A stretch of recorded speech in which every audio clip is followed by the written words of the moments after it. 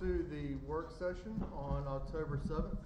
I appreciate everybody being here this evening after a little bit of an extended break of just kind of the way that the calendar has worked out. We'll begin. Madam Clerk, if you would please with a roll call. Mayor Gaylor. Present. Mayor Pro Tem Matthews. Present. Councilwoman Jones. Here. Councilman Boyette. Here. Councilwoman Taylor. Here. Councilwoman Weeks. Here. Councilman White. Here. All right, everybody. We're going to be doing a little bit of musical chairs this evening. We've got a couple of closed session matters to attend to. One of them will be done via Zoom call in the anteroom at 6 o'clock. And so I will stop us certainly by 5 or 7 till for us to be able to move over to the anteroom. I anticipate us coming back over here and completing our work session prior to the 7 o'clock session, but I don't know that. But we'll leave our stuff over here and then we'll come back for it. I'm certain that it'll be addressed over here. We good on the feed now? Okay, perfect. All right, roll call having been completed and that little brief statement about what will be going on at the 6 o'clock hour being done as well, we're going to move to an adoption of the agenda. Council, an agenda is presented for your consideration. Are there any amendments to this agenda, or is it to be adopted as presented? Do I have a motion to adopt the agenda as presented? So moved, Mr. Mayor. All right, motion's been made. Do we have a second? Second.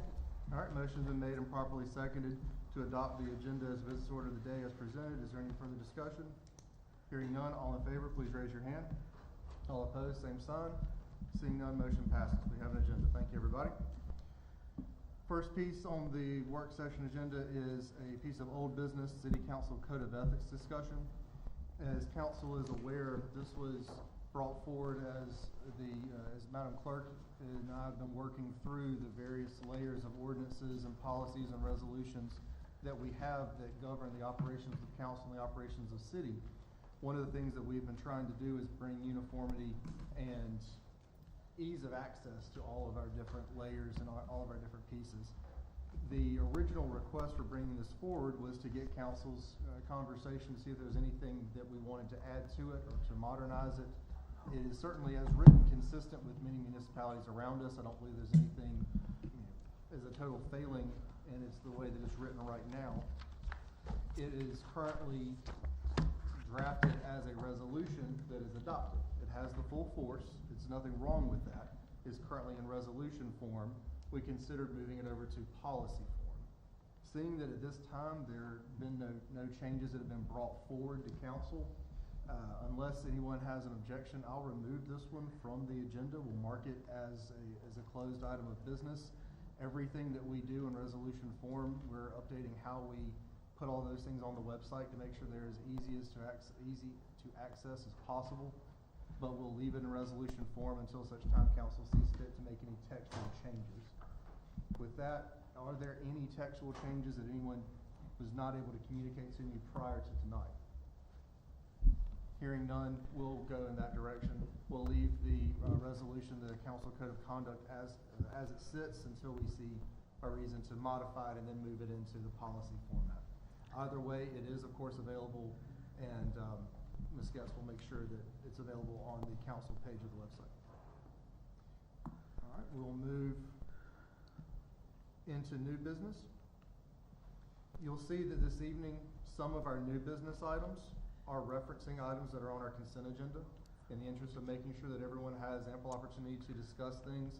Things that are a little bit more complex, maybe not as straightforward as some things on the consent agenda, but not necessarily warranting month one and then month two kind of conversation and then vote. Try to do it in a way that everyone has an opportunity to voice their opinion, and if there's anything that needs to be changed about it, we can remove it from the consent agenda as always. So with that, Mr. Livingston, if you would take us through item B under new business, the Business Development Focus Division Forum discussion. Thank you, Mayor, Council. This is basically an update of a plan that we have for, or addition to the plan that we already have, a vision forum on how we're going to do business development, or what we'd like to see happen with business development in the city of Goldsboro. So we have Samantha Darlington here tonight. I believe she's here. There you are, hiding over there, plain sight. To kind of give us an update of where we are right now and a proposed way forward. And Mr. Arlington, as you're getting started, I just want to add to this. This has been a wonderful conversation so far with you directly in your office, and also with our economic development partners around the city and around the county. This is not intended in any way to be competition with our Chamber of Commerce, with our Development Alliance. This is intended to be a business creation tool, and we're certainly moving forward with their blessing for anyone who is curious. So, Mr. Arlington, I apologize for that interruption. No, you're The floor is fine. yours. As I said, my name is Samantha Darlington. I am with the North Carolina Department of Commerce. I work for the Main Street and Rural Planning Center. Many of you might be familiar with the Main Street program for North Carolina, as the city of Goldsboro is a Main Street city. And you all hosted our conference this past year, and it was wonderful. While I work with the Main Street and Rural Planning Center, I specifically work with the Rural Planning Program. So we work in regions, towns, counties, downtowns, and also the Main Street communities to inspire placemaking through building asset-based economic development. The rural planning program specifically works outside of those downtowns, so we look at cities and towns as a whole rather than just the downtown district. You all did work with us once before, so we did a plan for you all in May of 2022. It was the Community Economic Development Assessment and Plan. We call that a CDAP. So it's just a short, efficient assessment. It jumpstarts communities' economic development efforts by providing you actual actions that you can get done within a 2-year time frame. So because we did it in May in 2022, it did expire in May of 2024. So you all were looking at it. Some of your all's leadership in the city was looking at that plan and noticed that there was one action item that was not done yet. So number 3 under the business development strategy. The strategy was to support business development in the city, and the action that was identified by the work group that was picked by the city was to develop a comprehensive city economic development plan with 3, 5, and 10-year goals and objectives. What we're going to talk about today is a vision forum. That would be the first step of that plan. It would also identify whether you all even need to do a comprehensive plan anymore. Do you all still need to do that, or are there gaps that need to be identified in that vision forum? So right now, the biggest question is, where does the city fit into the economy when you have the Downtown Goldsboro Development Corporation, you have your Wayne County Development Alliance, you have the Chamber of Commerce, you have all these other people that are participating in the economy, and they each have their own niche. So the downtown focuses on the downtown district and the businesses within that. The Wayne County Development Alliance is really focusing on industry. Where does the city fall into that? Are there any gaps that the city could fill, and what does that look like? So a vision statement basically identifies the economic role that the city plays in the greater economy, so your regional economy, over the next 5 years.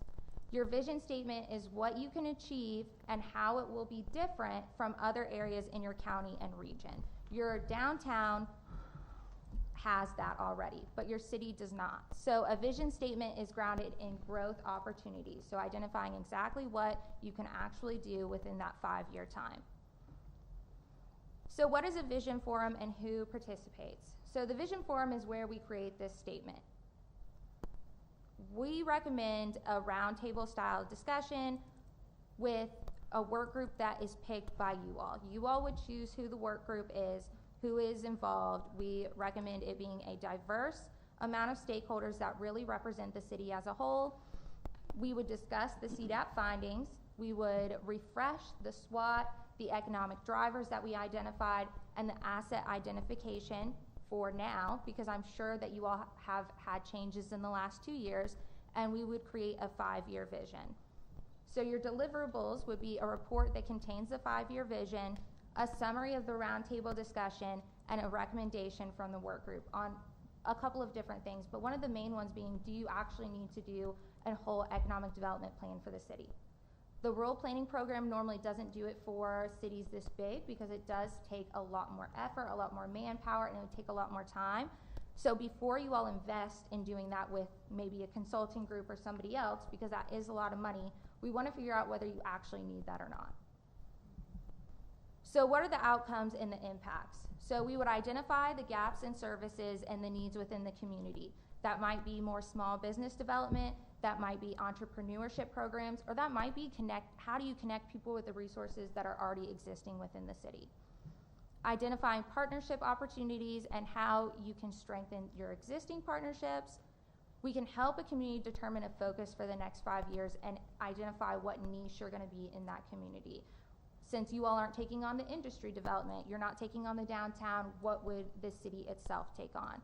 And the first step in developing a comprehensive city economic development plan would be having that vision statement.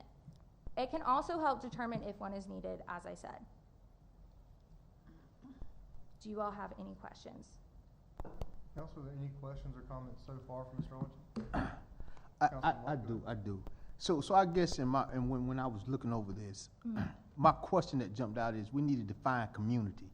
Mm-hmm. And the reason I say we need to define community is because we do have somebody that totally focuses on downtown. Mm-hmm. Then we have somebody, like you said, who focuses on the economic growth of Wayne County. Mm-hmm. But what I've been noticing is we don't have anybody who's in those pockets that we know that are undeveloped and underserved. Right. So I think we really need to define what community is. In this vision forum with the talks that we had, we were thinking of the city limits. So the town or the city of Goldsboro as a whole, those underrepresented or maybe those underdeveloped areas is really what we were focusing on. Not really Wayne County as a whole, because that is really covered. Not really downtown, because that is covered, but instead what areas are not covered already. Right. And then I do have one more thing to add. A lot of people do have a question about how much does this cost? What is the budget look like? The only fee that is associated with this is mileage. So it would just be 2 trips, one to come up here and do a tour of the city, just to get an idea of what we're looking at and what maybe underdeveloped areas we need to focus on. And then 2 would be coming up here for the vision forum, and that's it. There's no other service fees involved. Council, any other, please? You said we currently do not have this plan in place. When is the last time that we made an effort to put the plan in place? Can you tell me when's the last time we did that? Like for a city economic development plan? I think it's been a while. The last time you all did something like that was the CDAP back in 2022, and that is just like a quick jump starter version. It's not nearly as involved and not as time consuming as a full economic development plan, and also doesn't last as long. It's a 2-year plan rather than a 5 to 10 year plan, which most economic development comprehensive plans are. This is something that has been a long time coming. It's something that even when I was in 2 chairs to my left is something that was a gap. We've got economic development in the industrial recruitment sense in spades, and I think we're doing well in that area, better now than we were a decade ago for sure. We've got a strong urban core here, but we've got to work on other parts of the city that have been begging for responsible commercial development and that have not been able to get it for a variety of reasons. We've got good funding opportunities with CDBG funding. We've got good funding opportunities with areas around Seymour Johnson Air Force Base, and so this is part of the path to us being able to come together and get a proper plan in place that we can work around for trying to do some responsible development in these areas for sure. Council, any other comments, questions for Mr. Ellington? Seeing none, thank you so much. Thank you. Thank you. And so that is voted on as item T in the consent agenda. Hearing none, of course, we'll leave it as is. Next, item C under new business. Mr. Palico, if you would please come forward. First, explain what TAC and TCC and the acronym SOUP is, and then if you would introduce. And Mr. Williams, I apologize for cutting you off if you have an intro. Good. Gladly. Please. By way of introduction, I am Roy Publico, the Senior Planner for the City of Goldsboro. MPO Coordinator is my main focus. for the Goldsboro Urban Area Metropolitan Planning Organization, AKA the Goldsboro MPO. It's been a while since I've spoken in front of y'all. I think it was late last year was probably the last time. And you typically see me at the Technical Coordinating Committee, or TCC, and more especially the Transportation Advisory Committee, or TAC. To oversimplify it, I do my thing to get the regional transportation needs for our region on track and done, as well as provide information where transportation is concerned. Goes without saying, I spend a great deal of my time working with the North Carolina Department of Transportation, aka NCDOT. And it's been almost a year, and I totally enjoy working with everyone involved in one way or another. With that said, for the past year, our consultant, Kimley Horn and Alta, have been working on the MTP Long-Range Transportation Plan, which is updated every 5 years, as well as the Bike, Pedestrian, and Greenway Plan. And it is my pleasure to introduce them to you this evening.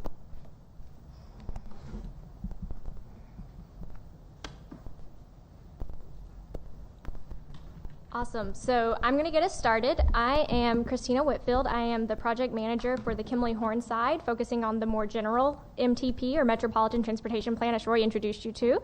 I'm going to do a quick walkthrough, and then our partners at Alta and Steve will walk you guys through the bike ped plan portion afterwards. So quick overview of everything we're going to cover. We are nearing the end of our planning phase. We'll actually be going before the TCC and TAC next Tuesday to seek adoption of these plans. So we'll give you a little bit of background of the project, what the MTP is, why it's so important, and why we kind of went through this year-long process. We'll recap briefly all of the engagement touch points we had. We'll highlight some of the recommendations, talk about how we prioritize projects in the context of the MTP, and then get into financial constraint, which is a fancy way in the planning world of saying balance your checkbook. So what is an MTP? Roy gave you guys a high-level overview of it. The MTP is a long-range transportation plan, and it is a federally required document for the MPO. So in order to ever receive a single dollar of federal funding from NCDOT for a transportation project, the project has to start in this document. So it's kind of a big deal. And it has to be updated every 5 years, recognizing that transportation needs change greatly. Some of these projects take 10 years. I think the last time we were here, we were all standing in this room 5 years ago with this plan being, oh my gosh, what are we going to put in this plan? The bypass is done finally. So it is something that does get updated regularly, and for reasons like that. Your projects get checked off. Some of them may lose priority, or your priorities may change over time as your community changes. So you have that opportunity to revisit it. It does have to consider all modes, and I think one of the things that we were really excited about was that the MPO had the foresight to develop this plan and the bike ped plan in tandem. When we do this with other MPOs across the state, we're not usually that fortunate to have such a deep dive into bicycle and pedestrian facilities as we had through the opportunity of these two running in parallel. It ends up being a little bit more of an icing on the cake kind of deal instead of getting quite the deep dive that Alta and the team were able to provide us for this. We did kick this off in May, kind of full on, and we started with our existing conditions phase. So we churned through a lot of data. If you've had a chance to look at the report, you'll see pavement conditions, safety, traffic volumes, all that good stuff captured in there, and that all weighed into our development of recommendations and how we prioritize those projects. June and July were our recommendations development phase, where we start thinking about how we make finite projects. So this corridor from A to B gets an access management treatment, or this corridor from A to B gets a road diet and bike lanes put on it. And then in July and September, we started into our action plan and documentation. So this is really where the rubber meets the road, and we start thinking about what projects should rise to the top and be higher priority, as well as what revenues might be available to the region over that lifespan to actually fund those projects.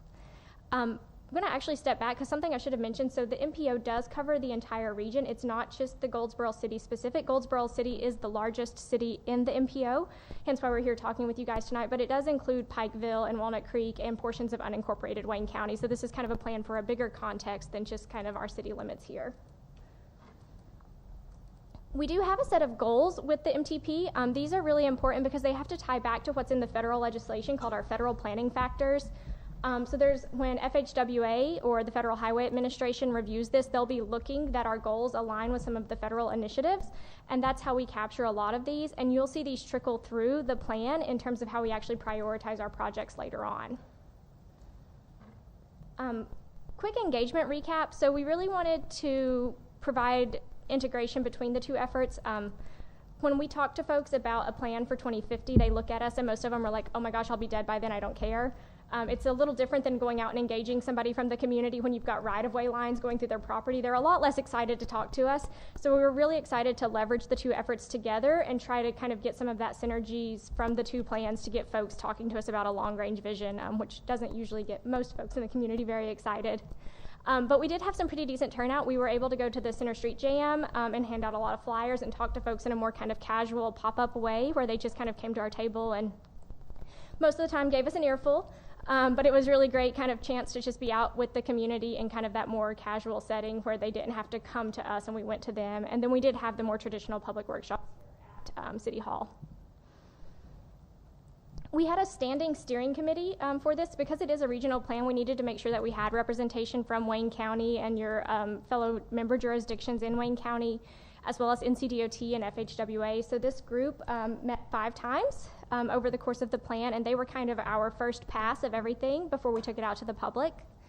We had a series of stakeholder interviews across the plans where we talked to folks from the base, any of the member jurisdictions who wanted to kind of have some one-on-one conversations.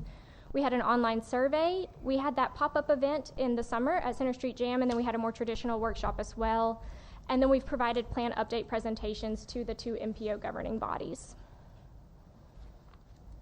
Phase 1 was really focused on our visioning and needs. This is where we kind of talked kind of bigger picture. We rolled out blank maps and told folks to tell us where their problems are.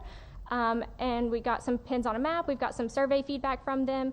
We had a little over 90 folks take our online survey, which was pretty good. I think that was actually up from the last time we did this plan 5 years ago. So a little bit more excitement, I think, having the 2 linked together. When we went back to the public in the kind of summer phase, when we had our more traditional workshop, we actually rolled out the recommendations and let them provide feedback on those maps and kind of grade our homework, see if we heard them okay, and that we reflected it accordingly in the plan. And then where we are today is the plan has been out for public comment now for almost 20-some days. It's required federally to be out for 30 days. So we have about a week more of public comment, but we've already received some of that feedback and started to incorporate it. We're going to talk about that a little bit with you guys today. Moving into our recommendations. So one of the things that we like to recognize, this plan is updated every 5 years, and you guys don't just sit idle in between updates. You guys are typically doing corridor studies, kind of speaking to the fact that the Ash Street corridor study was done since the last time this plan was done. And we don't try to supersede any of that. We fold it in as it was done because there was a lot of effort and work that went into those types of projects. So that starts to form kind of the baseline of things that are already out there for us to build on. And then we use all of that data in the existing conditions to identify any gaps that may be there, or maybe some legacy projects that have just been drug along because they've been around forever and ever, but maybe we don't need them anymore. Once we have that, we brought our draft recommendations to the steering committee, and they actually reviewed everything with us, gave us feedback. We incorporated that before taking it back out to the public, and then we arrived at our final recommendations that are in the plan today. Again, this is regional, so this map's going to be really hard to see for your guys' screens, but if you do want to take a look at the actual report that's online, there's a lot more detail in there. But we did have a series of corridor-type recommendations, so access management might be anywhere where we're trying to control turning movements for safety purposes, whether that be consolidating driveways, installing a median. The future interstate, we all know about the future I-795, so that's reflected there. New location corridors, widening projects, complete streets. One you may not recognize on here, modernization. This is actually a new category coming out of NCDOT to upgrade some of our substandard streets. So it wouldn't necessarily add lane capacity, but it would make sure that our lanes are, a travel width that they should be and that we have the appropriate shoulder. So this is something that we see a lot in some of the unincorporated portions of Wayne County particularly. And then there's a couple of places where there was identified safety needs, whether that be in some kind of bigger curves or areas that we just saw a crash pattern. We also had a series of intersection recommendations. With intersections that's this scale, when we're looking at the regional level, some of these are just flagged because we know there's an issue there, whether the public told us about it, one of our steering committee members told us about it, there's something in the crash data that just doesn't make sense. But for a lot of these, there's gonna need to be somebody go out and actually get real traffic counts and do a deep dive analysis of what the solution might be at that location. In some cases, we also know that there's just needs for intersection safety, whether that be modifying the stop control or adding turn lanes where we see a lot of rear end collisions. And then you'll see here's the roundabout recommendations. A lot of those were carried over from the Ash Street corridor study. If you guys have reviewed that, there were several in there. I didn't mention it on the corridor, so E+C is another one of those planning acronyms that we like in our SOUP. It stands for existing and committed, so these are the projects that already have funding on them by DOT. So we do reflect those just so that people have the complete picture that they're kind of in the works and in progress. Putting it all together. So going into the public comment we've received so far, so we did have requests in our formal public comment window for 3 additional projects, which we have now folded into the plan. So the maps that are actually in our presentation are slightly outdated because we have folded these in since and they have been updated, and we're actually sending out a new draft incorporating this feedback to our steering committee tomorrow. But we had a request to add Pecan Road at Arrington Bridge at NC 581, and then Slocum Street at Elm Street. So all 3 of those projects have been added in, and they went through the formal prioritization process and everything like the projects that were there prior, and we'll talk about that here in a little bit. So if you guys have been around for a while, you've heard this thing called STIP or STI or SPOT, the fancy DOT funding program. It is actually a state legislated program. It kind of dictates in state law how it has to happen and why we're doing it, so that we kind of got away from the days of getting a legislature's favorite project and all these earmarks. So now it is data driven and quantitative. But with that, there's a very formulaic way that the state looks at projects, which helps us try to set you guys up for success, because we can think about the ways that they score your projects and try to give you projects that'll be competitive in their program. If you're not aware, the way the STI works is there are 3 categories. So projects in that statewide bucket, that data is solely quantitative. So when they look at what a statewide project is, like on one of our interstates perhaps, they don't care what the public says about them. They're statewide, they're gonna look only at data, and they're gonna fund projects based on the data. When we think about our regional projects, they have a little bit more local input, so those projects get 30% of their score based on local feedback, and 70% of it's based on data, where the congestion is, where the safety issues are, all of that stuff. And then division, which is the much more localized one, that's where we get into looking at projects that have 50% local input and 50% data. So knowing that this is how the state reviews it, we try really hard to replicate some of this process in the MTP, so that when Roy and his team select projects to submit to NCDOT for scoring, they're choosing the best ones they can based on data. This is really small for you guys, but if you do want to see the exact weights that went into it, we did look at several criteria similar to the NCDOT process. So we looked at the freight traffic on the corridor. That's something that's really important to them in the economic development world. Safety, crashes, congestion, the benefit cost, how much that project's going to cost versus how much of the benefits it may reap from improving safety, from providing better freight travel. And then lane width, shoulder width, the condition of the pavement today. We like to try to dig once, so if it's already in terrible condition, we want to give it more credit. And then accessibility and connectivity, what does it get us to? Is there schools nearby? Are there hospitals nearby? Are there major economic generators nearby? So you'll see in our maps and in our report that we do have high, medium, and low priority projects based on that scoring. I will say that this map is now out of date because those 3 projects that were submitted during public comment have been folded in, so the ranks shifted up a little bit. The top 2 on that list, Pecan and Arrington at 581, actually scored really, really high. So others in the list kind of shifted down a little bit with that, but that'll be reflected in the new draft that'll go out next week. So the kind of crux of the planning document for this kind of federally required process is the financial constraint. And the best way to describe this is we have to balance the transportation dollar checkbook at the end of the day. I know no one does that anymore. I don't even think I have a checkbook anymore. But we have to go through and think about the revenues that'll reasonably be available to the MPO based on historic trends, and think about the cost to actually build those projects, and just go until we run out of money.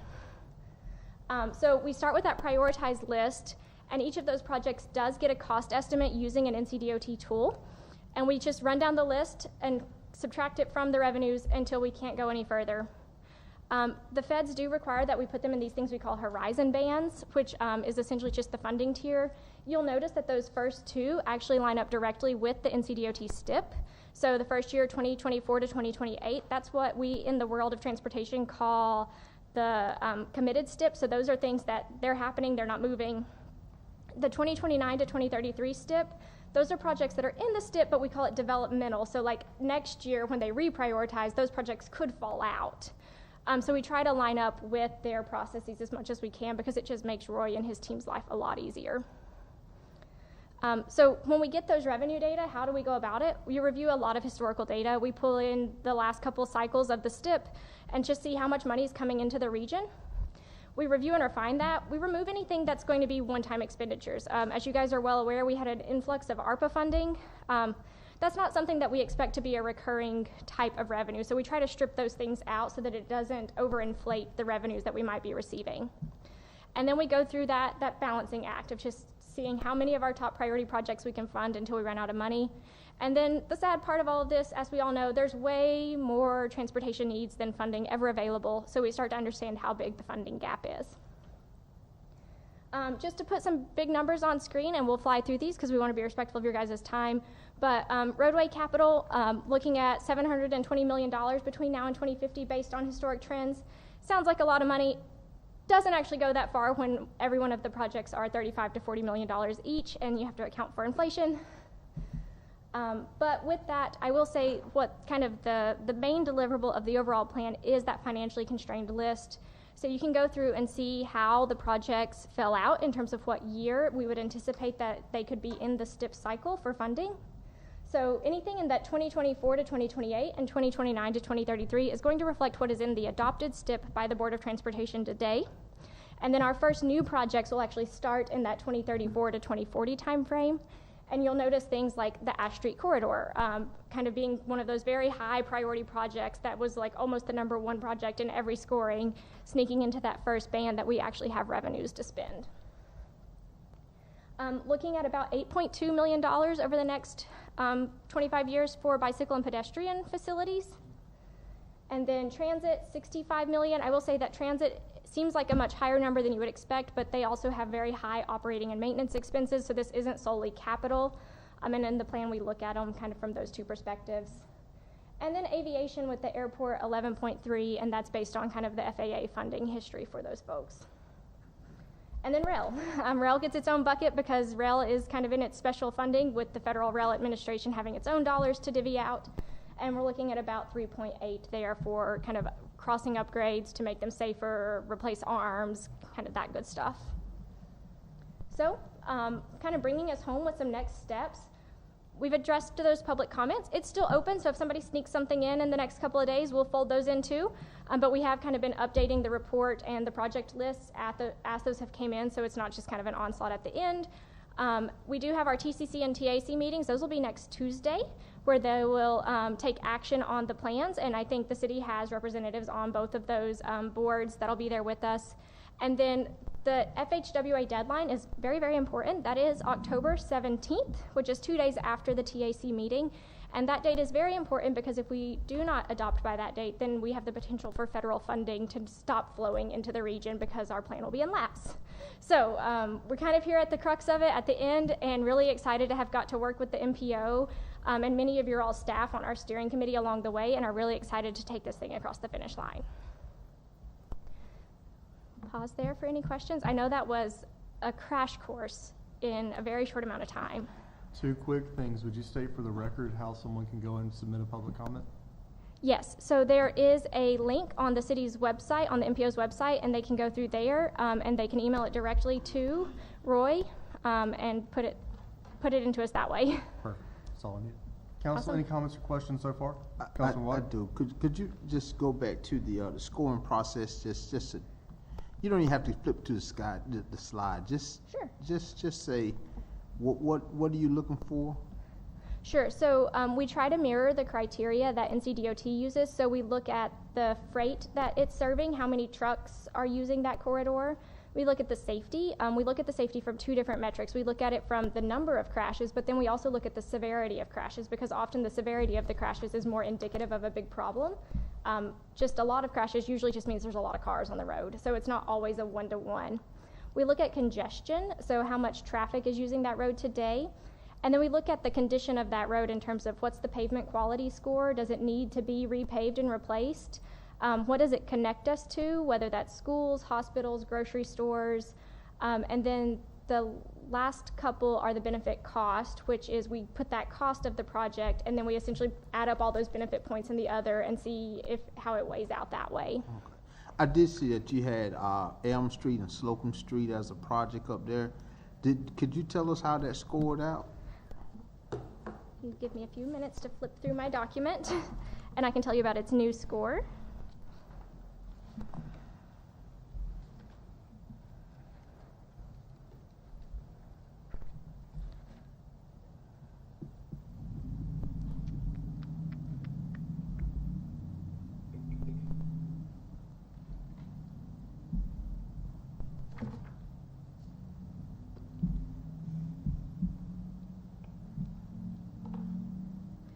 So Slocum at Elm was actually in one of the lower priority tiers.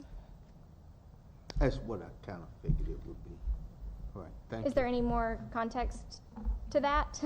I mean, because it's an underserved community, so it doesn't connect to any type of thing. It doesn't have the Okay. quality of life things over there on that side. Sure. So usually on that side of town, it scores lowly when we try to get grants and things to improve it, because it's no quality of life things on that side of town. Oh, that's helpful, thank you. I do have a question about that, because that particular road going into the base is on the National Highway Strategic Corridor list. So does that factor into any of the MPO's ranking? It doesn't necessarily factor into the ranking, but it does factor into which buckets of funding it's eligible for. So so typically our statewide bucket is the interstates, and then what the feds call the straw net, which is our strategic network essentially for defense. So in this area, we do have a couple of those roads that serve the base that classify as that category.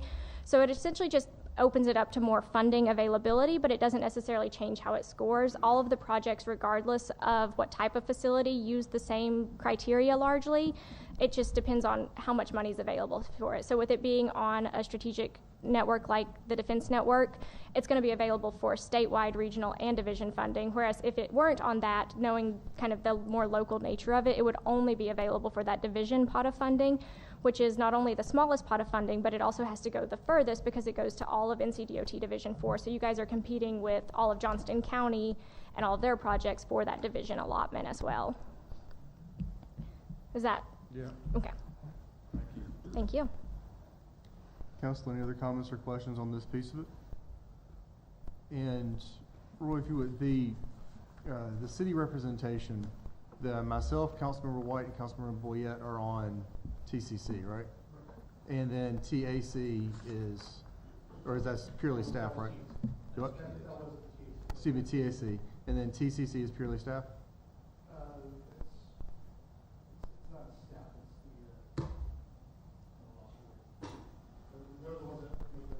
Right.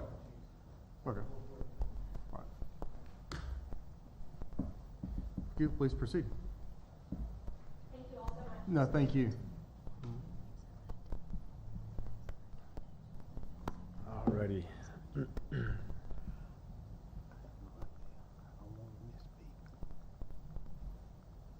Okay. Good evening, everyone. I'm Steve Zamovsky. I'm with Alta Planning Design. I am the project manager for the bike ped greenway component of the planning process. Appreciate everyone's time tonight. I'm not going to spend too much time. I'm not going to spend any time on the process since it was dovetailed with the MTP process that Christina just walked through. So we'll just go through an overview of what's in the draft bike ped greenway plan that you may have seen already. That's been available for public comment this past month, and feel free to ask questions as I go along, or save them for the end. Again, appreciate everyone's time. So the main document consists of 4 chapters and a lengthy appendix. These are intended to be resource documents that you can refer to over time for design guidance, funding guidance, that sort of thing in the appendix. But the main chapters, the introduction, features the background, the existing conditions analysis, and then chapter 2 gets right into the meat of the infrastructure recommendations. And then those complementary policies and program recommendations are in chapter 3 with a summary implementation chapter to highlight the different agencies and partners' roles in implementation. Just starting with the vision and goals, as many of you may know, in 2015, Goldsboro MPO completed its first bike ped greenway plan, and this is an update to that document 10 years later. And so this carries over those same goals and vision. And what was great about that 2015 plan that a lot of plans at that time did not have, focused on those terms, actually gets lost here, the pointer in the screen, but the words all ages and abilities, that 4th line right there, I'm just going to read it real quick just to bring that to everyone's attention. Goldsboro's convenient network of sidewalks, bikeways, and greenways is a regional attraction that brings people of all ages and abilities together, safely connects them to where they want to go, encourage a healthy, active lifestyle, highlights the local history, culture, and environment, and promotes the local economy. The words all ages and abilities really focuses on, when you think about a 12-year-old kid or your just average family, your average adult, the non-driving population, retirees, children without, who aren't 16 yet, folks without a driver's license. We want people, no matter how experienced of a walker or a bicyclist you are, to feel comfortable out there walking and biking. And so this document really emphasizes getting physical separation between automobile traffic and pedestrians and bicyclists. So trying to get away from that striped bike lane or that shared roadway situation and getting physical separation between automobile traffic and folks walking and biking. So really want to emphasize that point, and that's one of the big takeaways of this update here too. So we took a look at some of the past plans, the 2015 plan, really being the key foundational document for the recommended projects and network in this document. So in that chapter 1, you also see some information related to what's happened since 2015. In yellow on those lines there are some of the projects that have been completed since the last planning process, the greenways along Stony Creek, some of the bike lanes that have been completed, some intersection improvements, Center Street was happening around the time of this last document too. Of course, the William Street sidewalks that have been part of that widening more recently. But we also take a step back again too and look at opportunities and challenges at this current time and try to capture, make this document capture this snapshot in time of what are the opportunities and challenges that we have here in 2024. And so, we do have some wonderful pieces of walking and biking infrastructure, like most communities in the U.S., and it's pretty fragmented still. Obviously Center Street is such a great place to walk. It has really great crosswalks. We have an example of a great bike lane on Elm Street that has a very wide buffer, but it's disconnected to other parts of the community. And then other places like Ash Street, we're still struggling with lack of crosswalks for pedestrians there, and curb ramps in a lot of places. But then we have a great downtown grid here in Goldsboro that can be an alternative to Ash Street that has lower traffic volumes, lower speeds, and corridors like Mulberry Street now have bike signage, pointing people that, hey, it's a short bike ride from downtown to Stony Creek Park, and that we can avoid Ash Street on corridors like that in the meantime. And so, the list goes on and on about the opportunities and challenges around the community, as you all may know. But you'll see some of that summary in that first chapter. This map shows those blue lines are the highest frequency bicycle and pedestrian crashes that we're seeing, the corridors with the highest frequency around the city. So Ash Street really jumps out, and Royal Ave, Wayne Memorial, Berkeley, of course, as you probably all are well aware, those are some of the corridors where we have just the most conflict points with automobiles. They tend to be the higher traffic volume, higher speed corridors, places where we have long distances between crossings and crosswalks. So those are important pieces of information that we look at during these planning processes. And then the end of chapter 1, 2, you'll see the summary from the survey responses that we get, and also the summary of the discussions we had with stakeholders within our steering committee, and folks around the community that were involved in the plan. And the big takeaway here, again, is really reflective of that fact that people just, don't feel comfortable sharing the road with cars. They want to be physically separated, and so just more sidewalks, greenways, bike lanes. I know that's pretty intuitive overall, but just continue to try to fill in the gaps where we can, when we can. And so chapter 2 dives into the network recommendations. So there's a ton of information here. There are quite a few projects that, are really important projects. We can't do them all at once, so we try to summarize, the different ways to go about piecing together a more connected walking and biking network throughout the community. And the beginning of this chapter, really emphasizes that the difference between shared facilities and more separated facilities. So on the left side of the screen is an example of what a shared lane is. That shared lane marking where a bicyclist will share the road in that situation. And then from left to right, we have more separated facilities. So then the next most separated facility is the bike lane with just a stripe. In those situations where we're sharing the road and just have a striped bike lane, we only want that to happen in very low traffic volume, lower speed environments.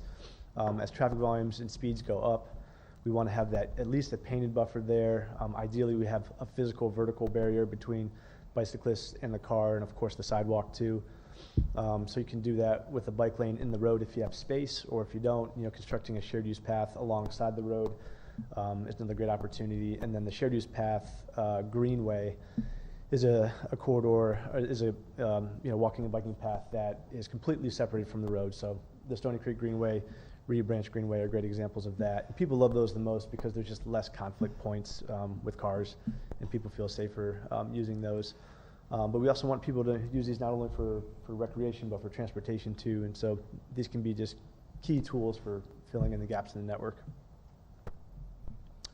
And so again, just to hammer home this point one more time, this is just a graph from one of the FHWA guidebooks on selecting bike ped facilities. This just shows that relationship. As traffic volumes go up, as speeds go up, we really need to have that greater separation in our facilities, in our design guidance. And then the appendix that shows design features in there for bike ped facilities, really gets into the details of these as well. And then you'll see a series of sheets on priority projects. So we took a look at several projects around the city that are different types of bike ped facilities. So I wouldn't look at this as necessarily like the only top 6 projects. These 3 pages right here, the Greenway Network, additional strategic projects, I would look at those holistically as a part of an overall strategy to try to chip away at gap issues that we have around the city, which are pretty extensive. These priority projects, Ash Street being the top project on there because it's been in the past planning documents. It's part of a corridor study that y'all did last year. It is one of the highest crash corridors in the city as well, and one of the biggest, most important projects there are as far as safety goes and connectivity. And then Royal Ave side path, we heard over and over from our stakeholders and our committee about that being a huge gap in the network overall.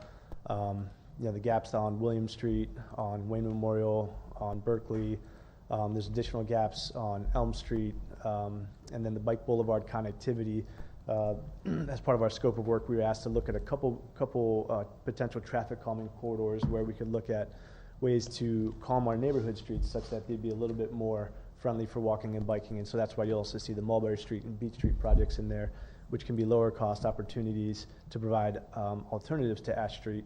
And then Ash Street is one of those projects that if that corridor study does get funded, it will do a ton for pedestrian connectivity. It will create buffers for the sidewalks that go right up to the curb. It'll create more important sidewalks. That road doesn't have a ton of space, so the bike lanes won't be as separated as we would like. And so Beach Street and Mulberry Street will be very important alternatives for bikes if and when that project gets built on Ash Street. So they all kind of work together in different ways. And then each of these projects you'll see has a project sheet that shows some of the details of the type of features that we'd recommend for best practice in there. And then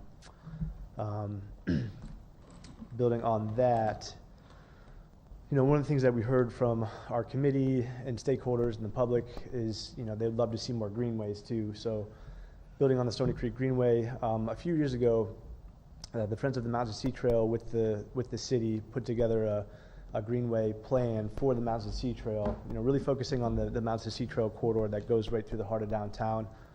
As many of you may know, the Mountains to Sea Trail goes from western North Carolina all the way to the coast here, and goes right through the heart of Goldsboro, along the Neuse River, and then through Center Street and Ash Street.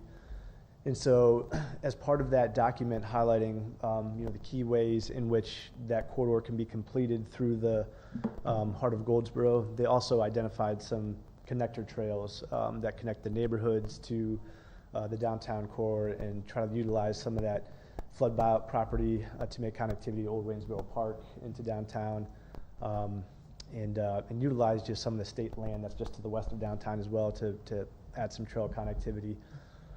And then building on that, we also have several other strategic projects, things like the New Hope Road.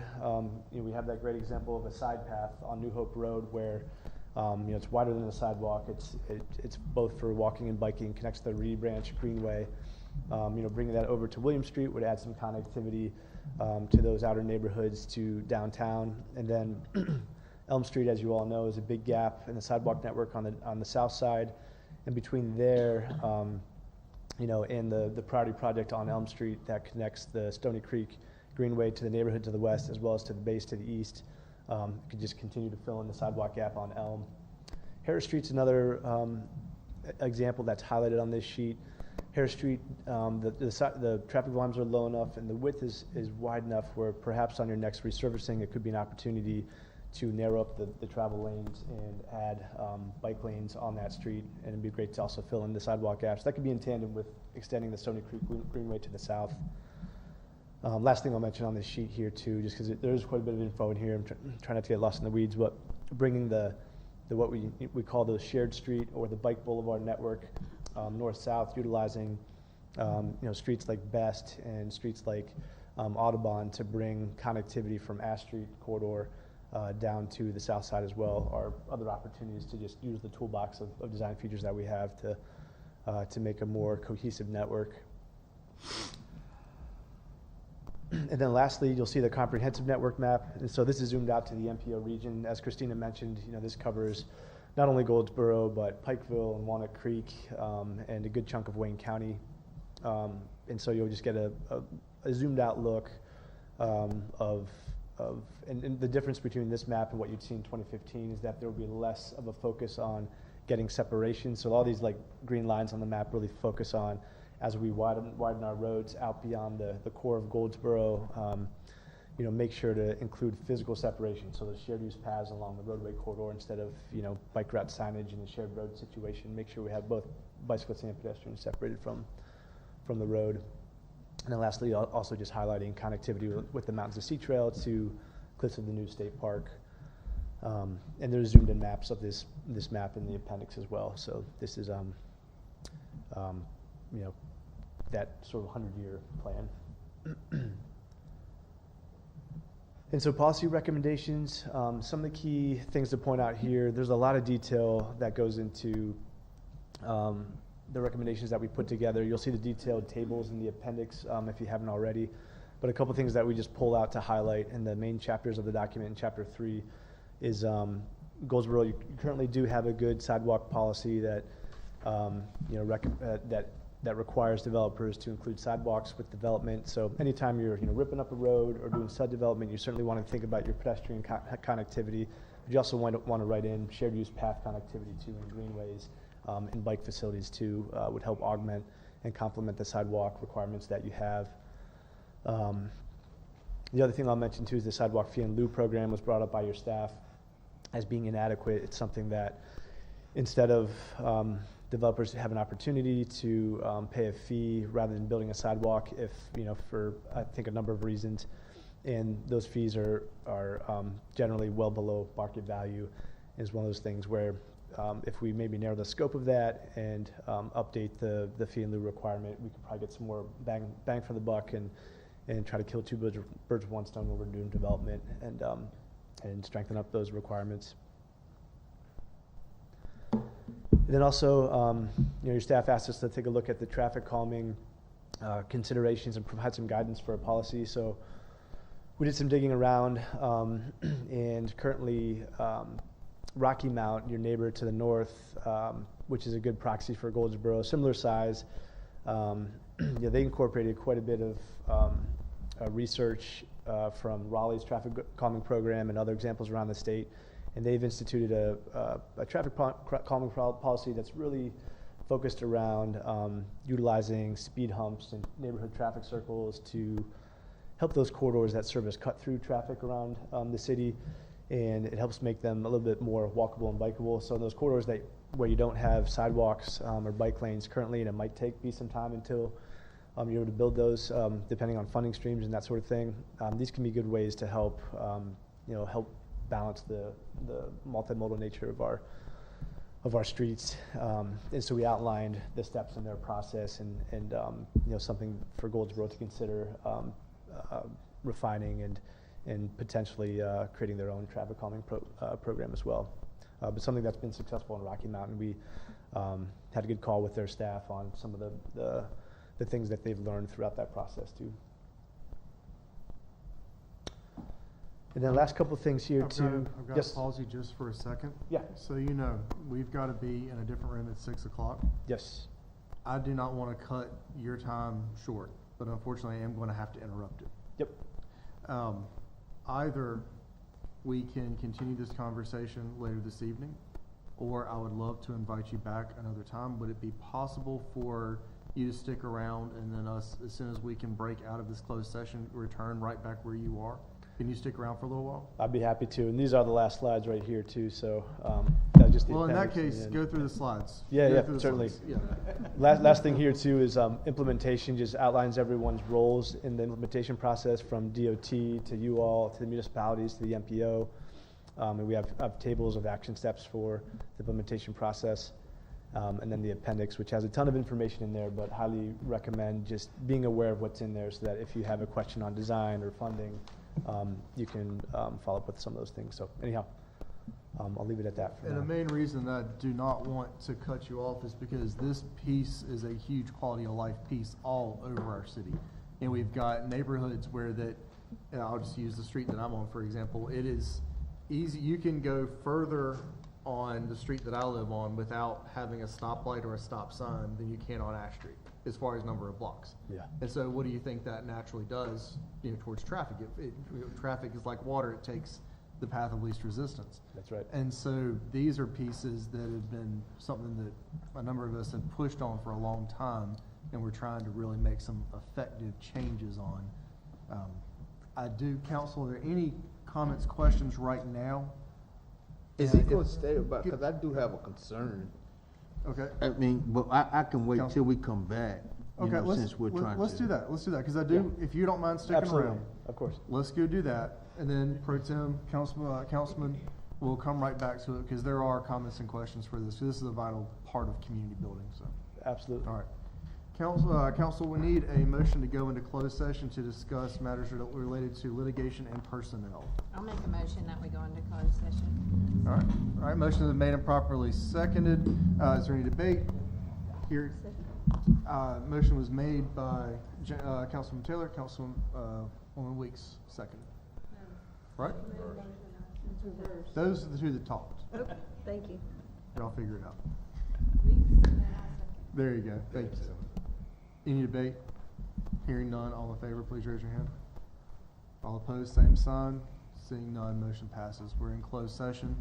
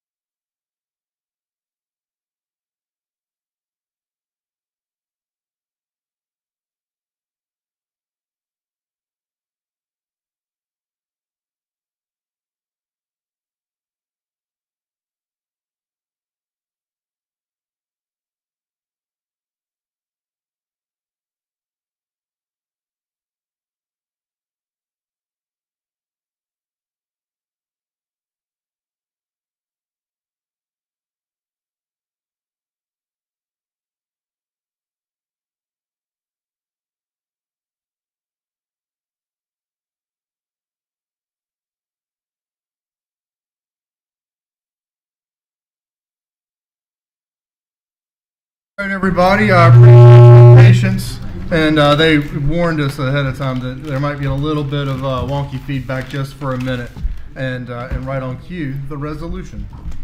So, where we are in our agenda, just to give everyone an update, we had a closed session conversation that we will likely return to at the end of the evening.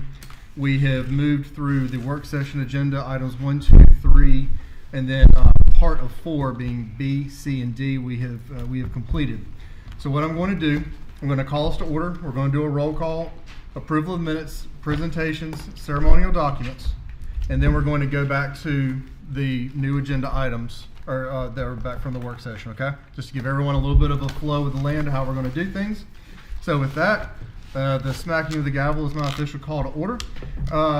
If our police chaplain, Father Wiley, would come forward and lead us in an invocation and then a pledge of allegiance. Let us pray. Gracious, loving, and almighty God, we give you thanks for the abundant blessings of this life. We thank you for this city of Goldsboro. We thank you for its residents and its leaders. Father, we ask that you bless this time together. Bless everything we do and everything we say, that it might be according to your will and to your glory. And Father, we ask that you hold a special place for those in western North Carolina who suffered the devastating effects of Hurricane Helene. Not only western North Carolina, but South Carolina, Georgia, and Florida. And Father, we ask that you watch out over the people of Florida as they face another catastrophic storm in the coming days. Father, we ask that you watch over this city, watch over its leaders and its first responders, and give us all grace to do your will in the world. All this we ask in the name of your Son, our Savior, Jesus Christ. Amen. Amen. Please join me in the pledge. I pledge allegiance to the flag of the United States of America and to the republic for which it stands, one nation, under God, indivisible, with liberty and justice for all.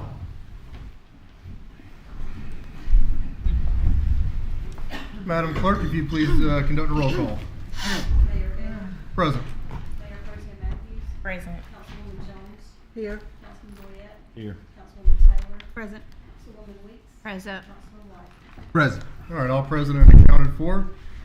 And again, I really do appreciate everyone's flexibility this evening, as we have definitely been playing musical chairs.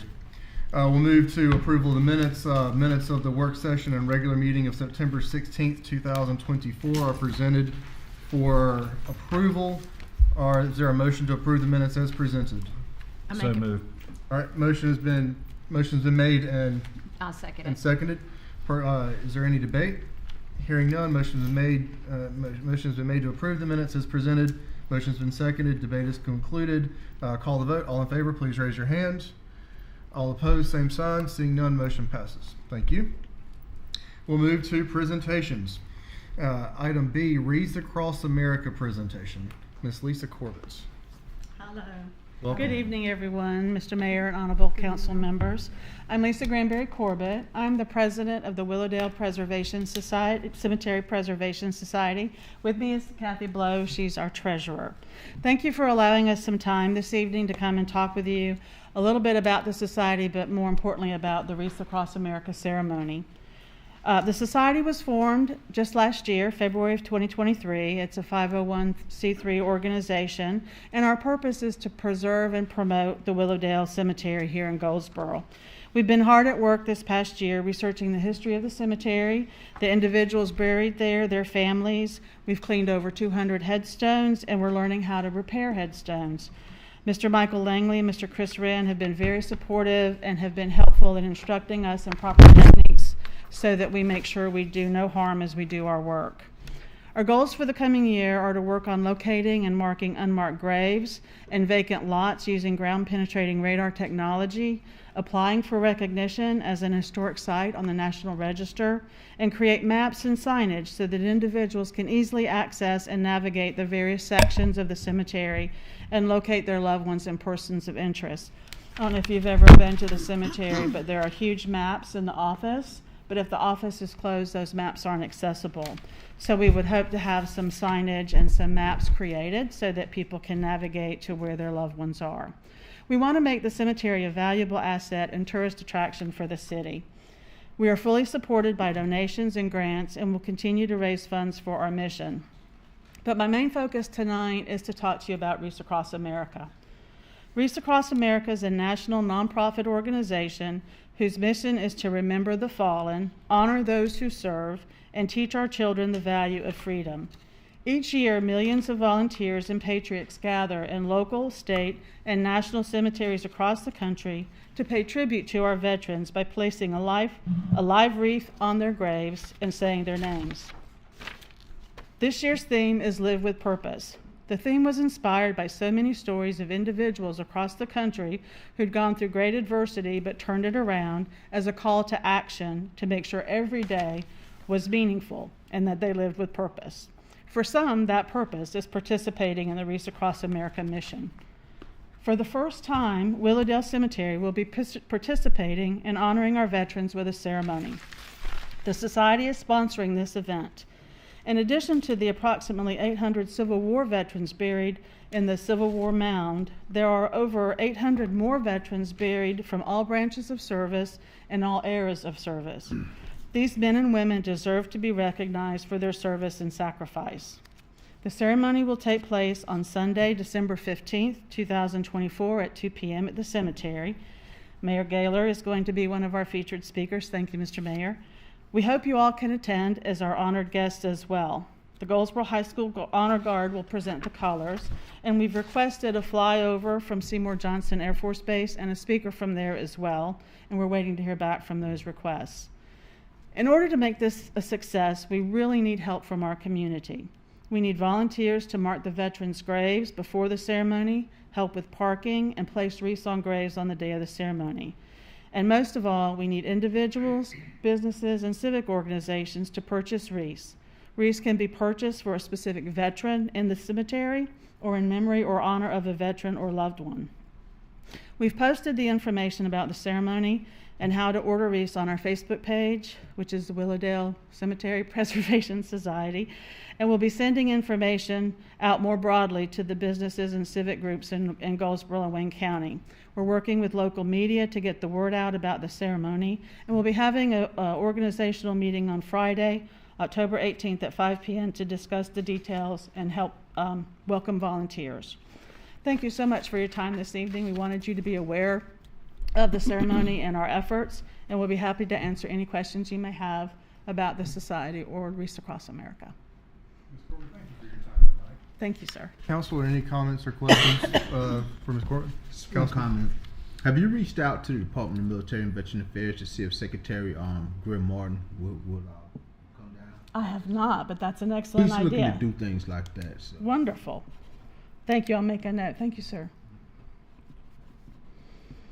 Any suggestions you have would be very welcome. Council, any other comments or questions? No. Hearing none, thank you. Thank you Ms. so much. Next, we have a National Domestic Violence Awareness Month proclamation. Ms. McAllister, I'll read the proclamation and then we'll present. Where's Ms. McAllister? Thank you. Sorry. National Domestic Violence Awareness Month proclamation. Whereas the crime of domestic violence violates an individual's privacy and dignity, security, and humanity due to symptomatic use of physical, emotional, sexual, psychological, and economic control and/or abuse, including abuse to children and the elderly. And whereas the problems of domestic violence are not confined to any group or groups of people, but cut across all economical, racial, and societal barriers, and are supported by societal indifferences. And whereas the impact of domestic violence is wide-ranging, directly affecting individuals and society as a whole, here in this community, throughout the United States and the world. And whereas it is battered women themselves who have been on the forefront of efforts to bring peace and equality to the home. Now therefore be it resolved that the Goldsboro City Council does hereby proclaim October 2024 as National Domestic Violence Awareness Month in the City of Goldsboro, and recognize the important work done by domestic violence programs, and urge all citizens to actively participate in activities and programs to work toward improving victim safety and holding perpetrators of domestic abuse accountable for their actions against individual victims and to our society as a whole. In witness whereof, I have hereunto set my hand and affixed the seal of the city of Goldsboro, North Carolina, this the 7th day of October 2024.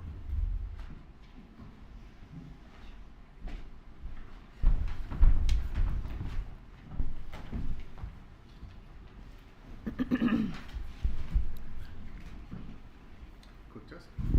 And if you would, just introduce yourself and the organization that you represent. So my name is Sherry McAllister, and I am with Wayne Uplift Resource Association Incorporated. We do work with domestic violence and sexual assault victims and survivors. I am the administrative assistant there, so a lot of times if you call, you may get me, unless you call the crisis line. You may also get me, but then we have a lot of others that help in that way as well.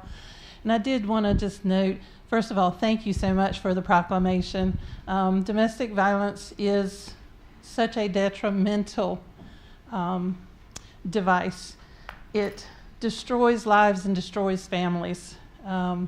I am myself a survivor, and I am so glad that God has made a way for me to finally be able to be in a position to help others. And again, we do work with the victims and survivors, but we also have a DVIP program, which is a domestic violence intervention program to work with the batterers to hopefully help them find another way to handle issues of life so that families are not continued to be destroyed. I'm sorry, I won't take but just another moment. No, you're fine, Mr. Porter. At our office, we do have, in honor of Domestic Violence Awareness Month, we have what we call a memory tree. We put butterflies on there as a memory of each person who's lost their life in North Carolina since January 1 of this year till now due to domestic violence. And today we have 82 on that tree. The tree is full, and it's 3 more than last year. So this is an issue that continues to grow, but we really need your help to help us make it go the other way so that it doesn't continue to grow, but it starts to decrease. Thank you.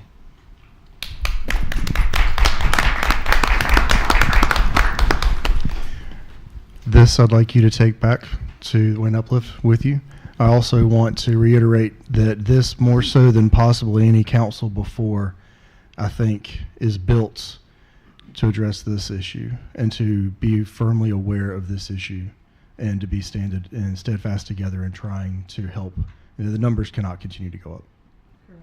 I agree. Thank you so Thank much. you. Thank you all. Thank you.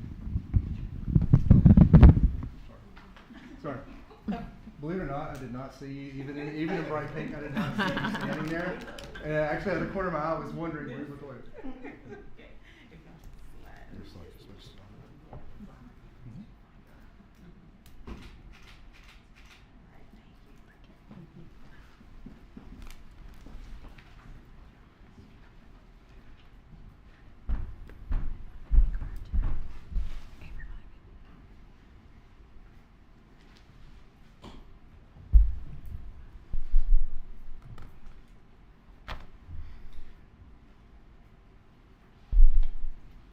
Next item is a proclamation for Industry Appreciation Month. And Ms. Julie will get you up here in just a minute, in just a second. I'll read it and then we'll pull you up. Whereas Goldsboro City Council supports the endeavors of industry in Goldsboro and Wayne County. And whereas the Wayne County Development Alliance Incorporated hosts an industry celebration each year to thank the more than 75 major manufacturers, distributors, wholesalers, machine shops, and other businesses in the city and the county. And whereas events planned to celebrate these industries include a golf tournament at Walnut Creek Country Club, a regional forklift rodeo at Wayne Community College, and an awards ceremony to name the Industry of the Year. And whereas representatives from local businesses and industries, officials from the Economic Development Allies, local, state, elected officials, and community leaders attend these events. And whereas October is recognized as Manufacturing Month, giving the community a chance to pause and thank our local industries for all they do for Goldsboro and Wayne County. Now therefore be it resolved that the Goldsboro City Council does hereby proclaim the month of October 2024 as Industry Appreciation Month in the city of Goldsboro, and encourage citizens to thank industry leaders for all that they do for our great city and county. In witness whereof, I have hereunto set my hand and affixed the seal of the city of Goldsboro, North Carolina, this the 7th day of October 2024.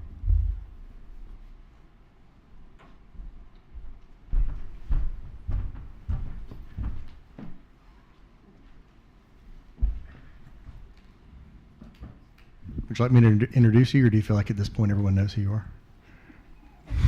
Go ahead. I am Julie Graham. I am the, listed in the agenda, it says I am Vice President of the North Carolina Global Transpark Economic Development Region, but I am also Wayne County's Existing Industry Director. So Ms. Graham can point directly to industries that she has helped expand. So you may have seen some slides that were posted online from the wonderful annual investors dinner that the Development Alliance hosted at the Goldsboro Event Center a couple of weeks ago. And you saw slides for new industry, but then you saw slides highlighting expansions. And those you can point to, and your fingerprints are all over them. And we so appreciate your support and all the work that the Wayne County Development Alliance does, and Global Transpark Economic Development Region as well, now that we are part of that. So thank you.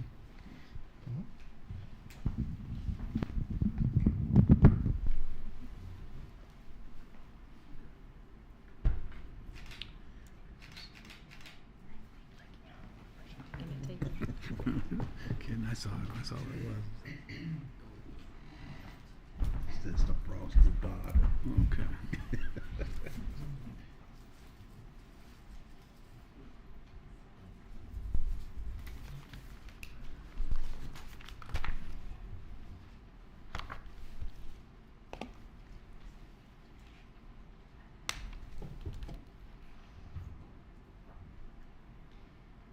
Next, item E on our agenda, a breast cancer awareness month proclamation. Whereas each year more than 6,000 women in North Carolina can expect to be diagnosed with breast cancer, and more than 100,000 will likely die from this disease.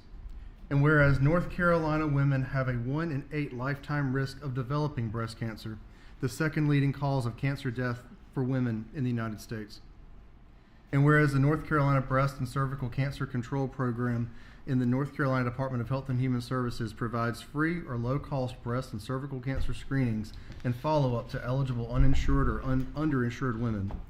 And whereas with routine mammogram screening and follow-up testing, the disease can be detected early so that it can be effectively treated and save lives.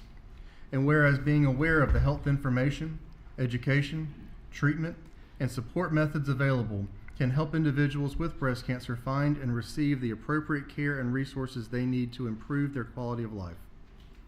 Now therefore be it resolved that the Goldsboro City Council does hereby proclaim October 2024 as Breast Cancer Awareness Month in the city of Goldsboro, and urge our fellow citizens to become aware of the impact that breast cancer has on our community and to support the fight against breast cancer so that we may one day defeat this terrible disease.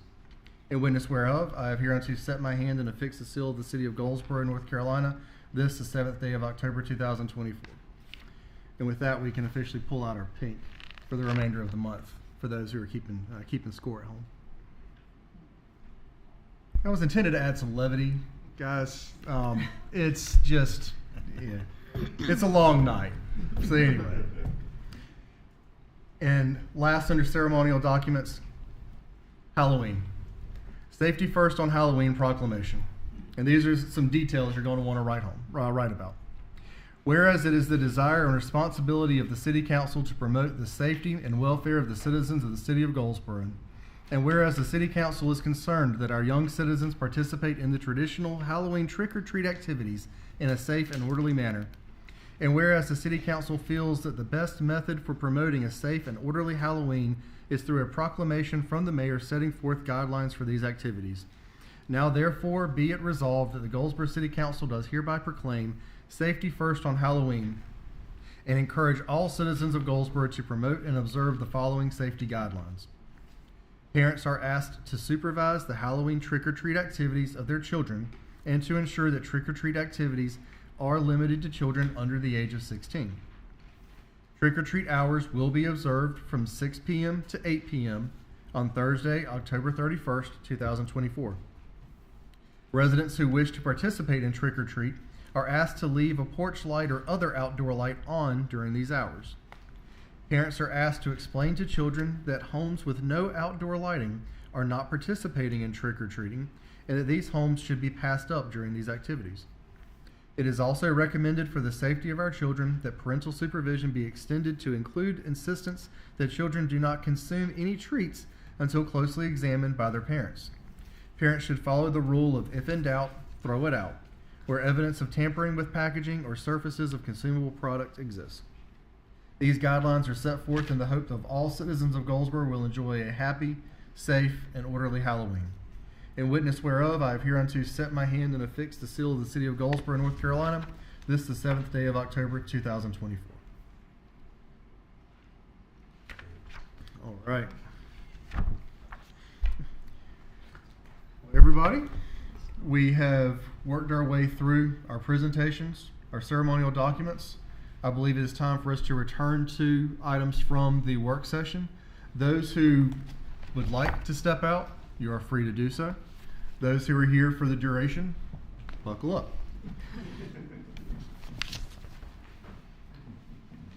All right, we'll move to item E from the work session, if I can find that tab.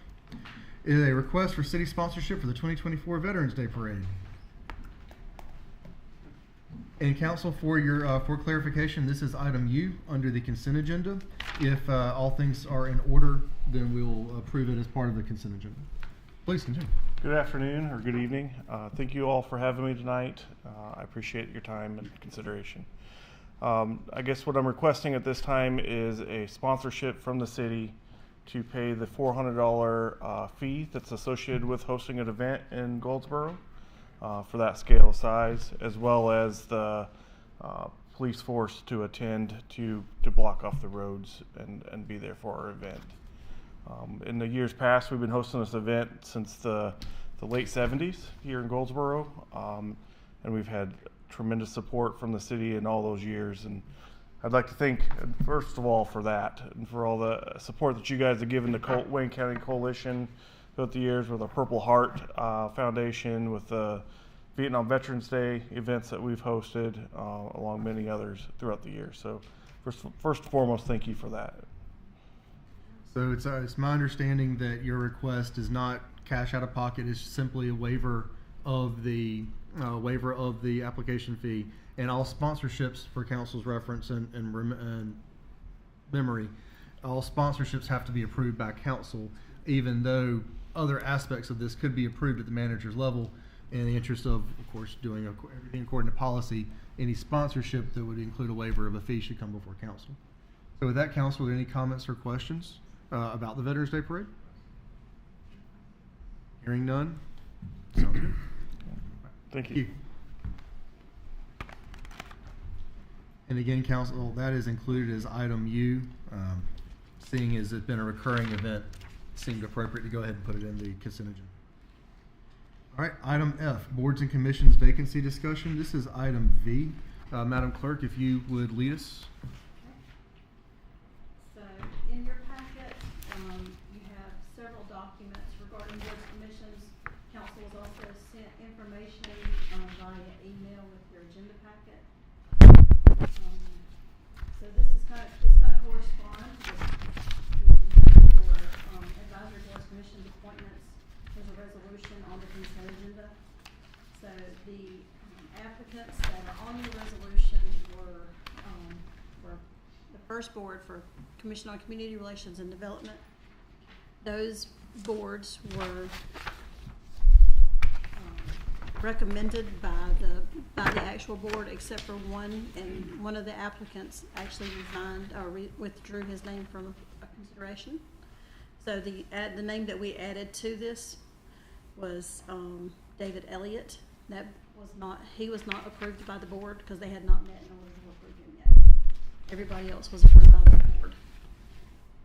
And then for the Mayor's Committee for Persons with Disabilities, we have two appointments listed on your resolution. And they are, the board had not met to make a recommendation. And, let's see, that was the first two applications that we received, for their first choice. Well, actually, one of them was her only choice.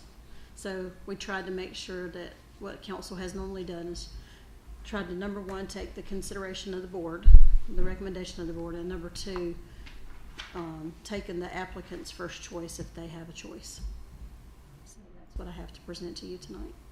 So council, this process of simply going ahead and drafting a resolution and presenting it to council, given that there's not really a whole lot to debate, it just seemed appropriate, given that everyone's getting their first choice, right? Yes, sir. And it also go ahead and we'll put some extra people back on the board because Commission on Community Relations is getting very low. Council, any comments, questions? So I do have a question. I mean, not Councilman, to go ahead. belabor this, but it says, Ms. Brooks, I think it is, Ms. Brooks is on 2, and according to our ordinance, I don't think she could be on 2 commissions or 2 boards at one time. No, that's gotta be an error. No, I think she's on 2. I'm sorry, Okay, Ms. you're Laura, I'm fine. sorry. No, you're fine. I truly apologize. It's confusing. Council, any other comments, questions, or concerns? Again, given that everyone was getting a slot and everyone was getting their first choice, it seems fairly straightforward. All right. With that, no, that one is item V on the consent agenda. I was just going ahead and pulling some stuff out to make it easy. And then items G and H, Mr. Lewiston, if you would, or Ms. Glenn, if you would.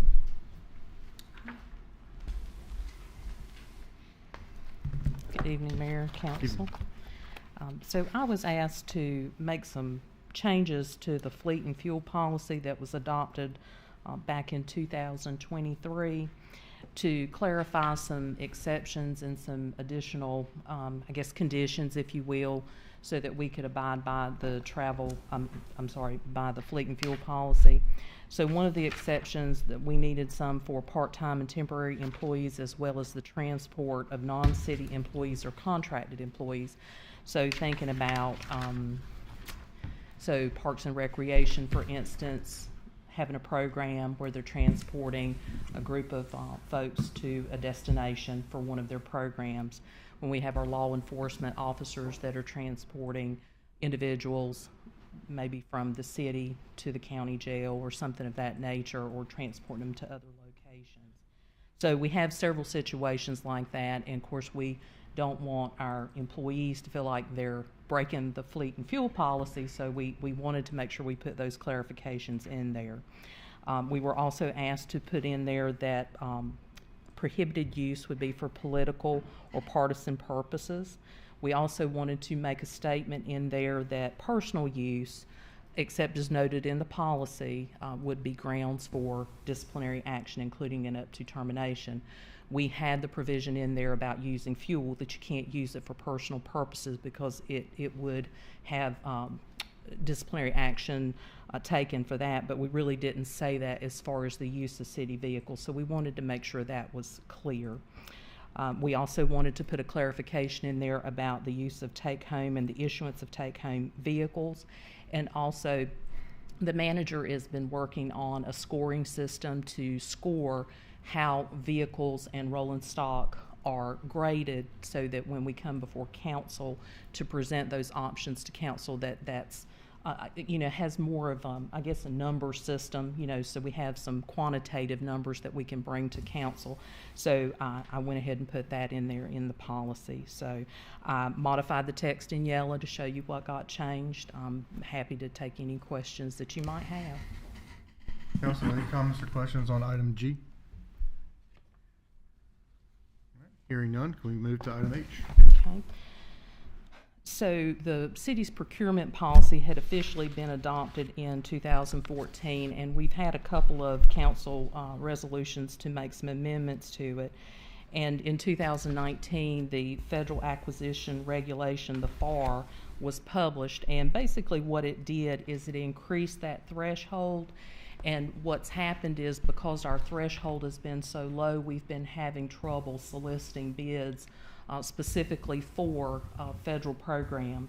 And so it takes a lot of folks that could compete for that, it takes them out. So we want to raise those thresholds to the new federal level that was adopted in 2019. And so we've presented that, and again, we highlighted the changes in the text so that you could see the change from the 10,000 and the 250,000, which are the new thresholds. So, if you have any questions. Council, any comments or questions about the procurement policy update? I do have a question Councilman. on just a general question on the procurement of like contracts and things of that nature. Mm-hmm. Okay. I spoke to the city manager earlier this week. I think it was last week. Last week I spoke to him about the policy or whatever. So my thing is, he told me that he can approve up to $10,000. Is that true? It's above that, but yeah, on contracts, not like awarded stuff that's, we have our own policy, and Right. the assistant city manager can prove up to, I think it's, 25,000? That's correct. That's our internal. So Yeah. it depends on what it is. If it's for stuff, so we think about like tangible goods, materials, and supplies. If it's 90,000 or over, we have to bring it before the board and have them say it's okay. Okay, so well, my question is, it's not I got to put my disclaimer out there because a lot of people get defensive, but it's not to say anybody's doing anything wrong, but I'm a checks and balances guy. Mm-hmm. So what are the checks and balances if the board is not clued in on what's been purchased for whatever amount that is, the 25,000, 10,000, 70,000? What's the checks and balances? Well, so you have to look at what statute says. So we have to go by, so that's what the council should be concerned about, is that we're complying with general statute. So we have procurement, I have procurement staff that they monitor all of the purchase orders that go through the system, okay? So if they were to see, let's say, for instance, someone decided, well, I'm just going to put in a purchase order for $200,000 to buy 2x4s or whatever, okay? Well, if my procurement staff does not see that council has approved that, because something like that would have had to have been formally bid because it's for stuff, so it's more than 90,000. They're not going to let the purchase order go through. So that's part of the checks and balances that you have in the financial accounting system. So if the nature of the purchase is, let's say, $1 million repair to the police and fire building, well, they're going to know to stop that because council has to approve it. I think the limit's $500,000 on that. And so that's how you know, is we have the procurement staff. We won't, and plus I have to sign off on that too. So obviously I don't want to approve a purchase order being released if I know that council should have approved it. So there's really a layering, and plus two, the manager and the assistant manager in the financial accounting system have to approve the purchase orders as well.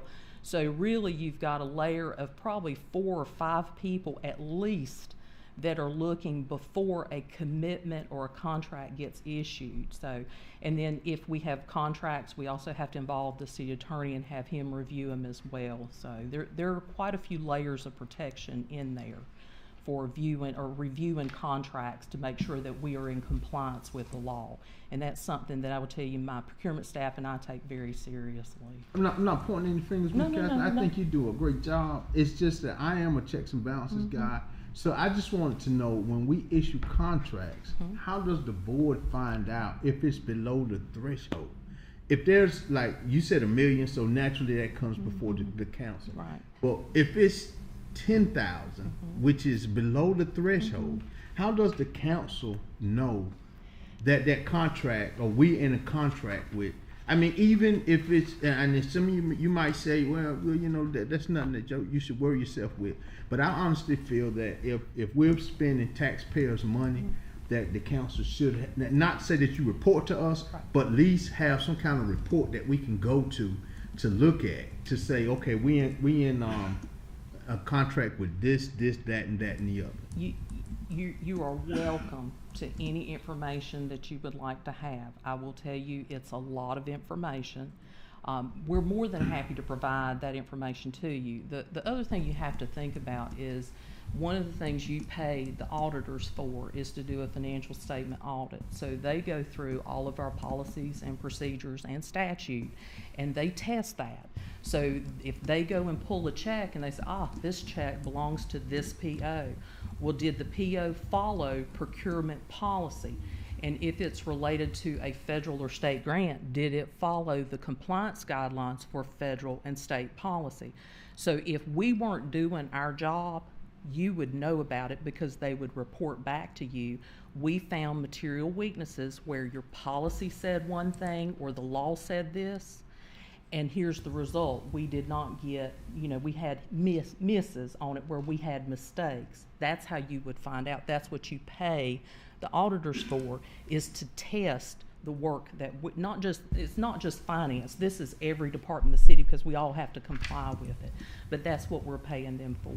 But like I said, if you would like to have information like that, you're welcome to it. It probably creates some additional work on staff, but we can provide it for you. It's just, I don't know how useful it would be to you because all those things get vetted before we cut a check, before we cut a PO. We're pretty thorough in our department about that. We have to be. We don't have a choice because we have to comply with audit requirements. So. Okay. So with that being said, I'll talk to you offline, so Sure. we won't be late to draw it out for everybody. But I am requesting some. Sure. I'll get with you offline. I'm more than happy. Anytime you just call me, okay? Okay. We'll sit down and talk. I'm going to follow up on that just a tiny bit. So we set the budget, and we set individual department budgets and things like that. What level of fund transfer would be reviewed by council? Like if, for example, we approve an overall budget, you've got your things, you got your line items. Tonight in one of our the last item past our consent agenda is a budget ordinance modification. If a $25,000 PO was cut and it wasn't from a budgeted line item, because again, this is important. This is kind of making me think of a couple of scenarios as well.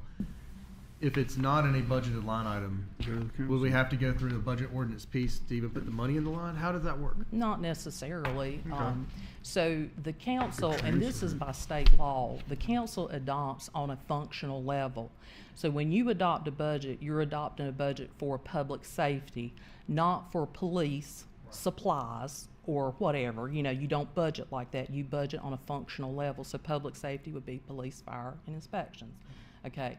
So you could conduct, we have the authority in the budget ordinance to do line item budget transfers actually between organizations, no more than 10% of the organization that it's coming from. Having to administer the budget, I do not like doing that. I prefer to bring things that go between organizations. So we can't increase the overall budget, but we could do a transfer. I don't like doing that. It makes my job a little bit more complicated. So generally the only thing that we ever do budget transfers for is going to be within the line item budget. So as you said, you had a $25,000 expenditure that comes up. We know the councils, it has generally agreed to it, that it's not an issue, because I will ask departments to bring capital back to council because I feel like that's important. But if it was, let's say, from supplies to medical supplies, as long as their total overall budget is sufficient, they can do a budget transfer. There is no cap on that. I give the council a budget transfer report every single month so that you can see, even within a line item, hey, will Catherine move $500 from office supplies to contract services? And you can ask. You just call me up if you have a question. I'd be more than happy to tell you what it was for. But everything else, generally, we bring that back to council, organization to organization. Yeah. One more question, and I'm going deeper with your question. So let's say Matt can approve $10,000, and let's say we need to buy a lawnmower for $10,000, but Matt's family owns a lawnmower business, and he gives 5 consecutive $10,000 contracts to his family member. Is that kind of, yes, I'm hitting it. Okay. Mhm. So what, I think Rod is asking, what keeps that individual from giving the bids to one person? Okay, so we have to sign, we as employees sign a conflicts of interest policy. So if I was to do that or Matt was to do that, then if it is discovered, then to me, we're subject to disciplinary action. That's any employee in the city. Now, we sometimes, you know, you hear things, and if I hear something and I am suspicious, I will ask questions, or I will have my staff ask questions. Because obviously that's a huge part, I mean, just procurement, period. You know, you can have some misdoings, you know, going on if you're not watching people, which is part of what myself as a department head, along with everybody else, we should be watching our people and what they're purchasing to make sure, because we should not be. But like I said, every employee is supposed to sign conflicts of interest, and they understand that they are not supposed to be self-dealing with their family, close family member, whatever. And I have had questions from time to time from department heads asking me, hey, is this a conflict of interest? And normally what I'll do is I'll consult with the procurement manager, we'll talk about it, and we'll decide. And, you know, most of the time, the answer is don't do it. My advice to you is don't let that employee do that, because we think it could possibly hint. And we want to be above board. We want to be fair with everybody. So does that answer your question? Oh, yeah, I honor his question, because in what we have walked out our county in the last year, I think that's a very reputable question to ask. So I honor you, sir, for asking that question, just to make sure we're in line with our procurement and how we do our contracts. And we have a lot of checks and balances in place, and I think that's important. So, you know, Councilman, you know, anytime you want to sit down, we can talk about, and I can tell you, because it is very complex and it is very convoluted in a sense, because there are a lot of details and a lot of things that, depending on who's sitting in the seat, you have to make those decisions, and we draw on our experience, on policy, on law, in order to be able to make a good, effective, and legal decision. So. Hey, Ms. Catherine. Hey. So I think for me, I've asked this question quietly, but I want to ask it out loud. Councilwoman Weeks mentioned someone contracting with their family. But for me, my concern has been the city oftentimes get into contracts with the same contractor. So can you explain what the bid process looks like? And do we have any control? Because sometimes what has happened is another contractor would get the initial bid, but then they would subcontract to that same company that we've oftentimes contracted with. So how does that work, and how do we eliminate the idea of bias or us favoring one company over the other? Sure. So it depends, because it depends on the dollar amount. The way that procurement policy works is our departments are expected to get quotes up to $30,000. Now, if it starts getting into formal range, which is the stuff I talked about, tangible goods, it's $90,000 or over, we have to do a formal bid. And then if it's construction, and then there's also a separate exception for like architect and engineering, if it gets over that, there has to be that formal process.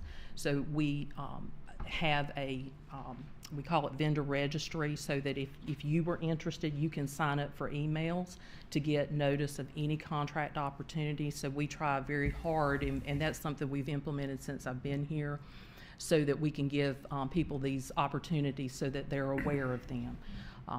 When we do a bid opening, if it's formal, then, you know, there's a bid tabulation sheet that we have to keep on file, and it's supposed to be to the lowest responsible bidder.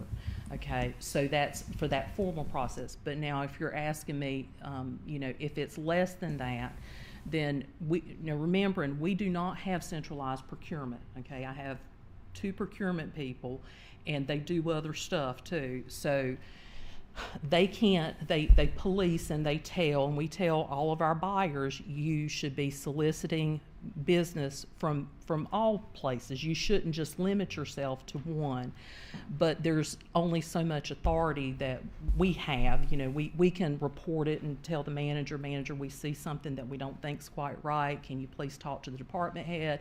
We've never had that happen. I mean, we feel like folks are really trying to do their best to solicit competition.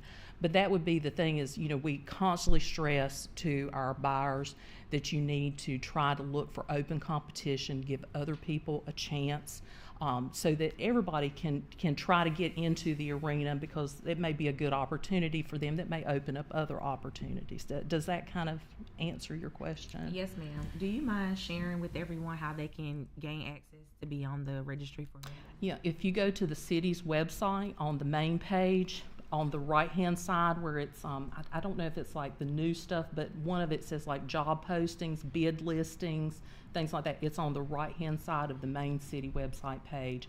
They can go click that link and they will be able to sign up for emails, and any opportunity, you know, you can be notified of that.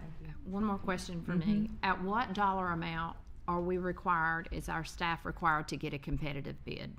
So I think that number is somewhere around $5,000. So if it's under, it was, I think at one time it was like $3,500, but I want to say it's like $3,500, $5,000. It's in policy, so forgive me, I just don't know it, you know, because I don't deal with this every day. Is it 5? Yeah, informal bidding. Yeah. So we even ask them, and now bearing in mind, we have a lot of department heads that require quotes under that.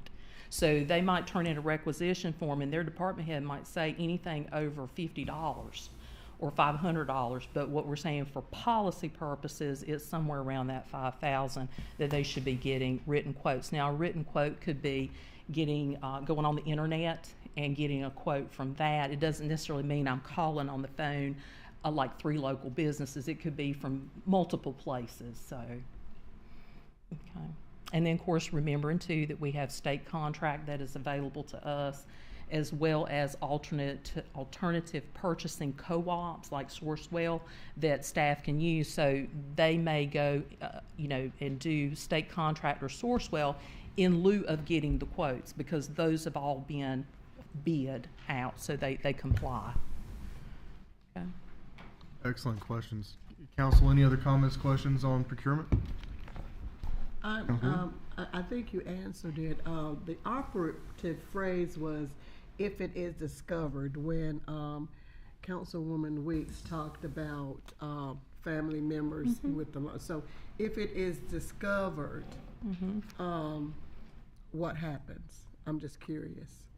Well, it depends on who discovers it, you know. So I would say if it was myself or my procurement staff, we would most likely do an investigation to see what harm has been done to the city. And then we would pursue that with the HR director and with the manager to report, because at that point, you know, we're talking about a violation of conflicts of interest, okay? So there would be some kind of action or investigation that would come forth from that, and it would be handled through personnel.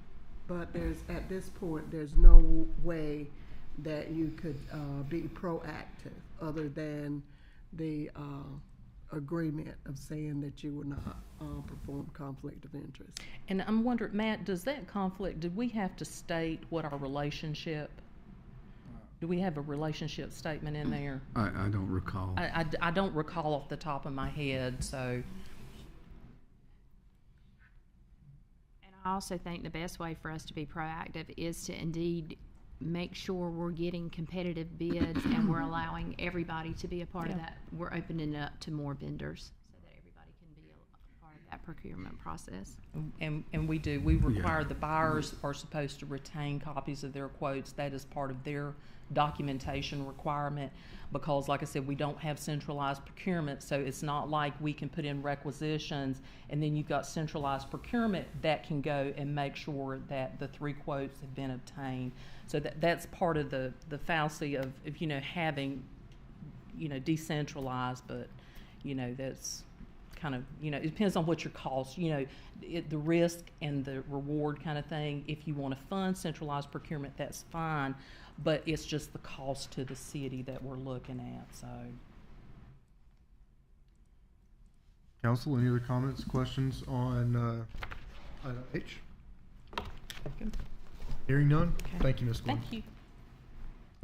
So, believe it or not, prior to Wednesday, I thought that would be the work session. So, here we are. So now, we will move into public hearings. If everyone's following along, we'll move all the way down to item G in the 7 o'clock session. Mr. Helmer, if you'll come forward and deliver the briefing, and then after that, we'll open up the public hearing and then close the public hearing. And if there are any adjustments, then we'll place it on the calendar for future vote.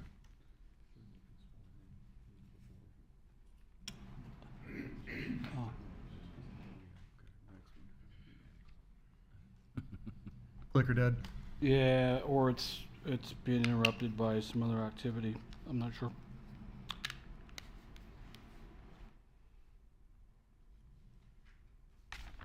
Nothing. Brad, if you're listening, slide back in here.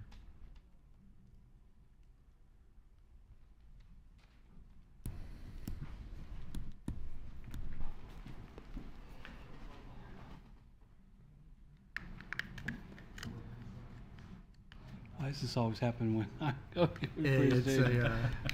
Murphy's Law.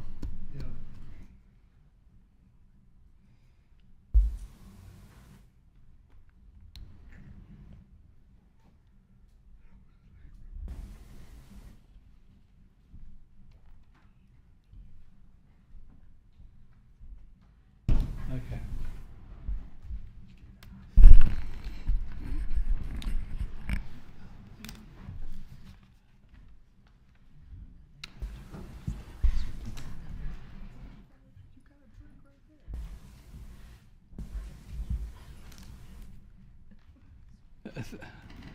Brad? Thank you, Mr. Right. Mayor. Yes.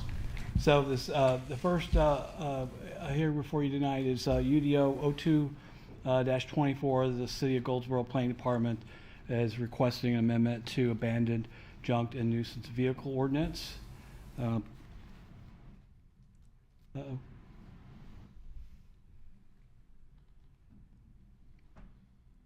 There we go.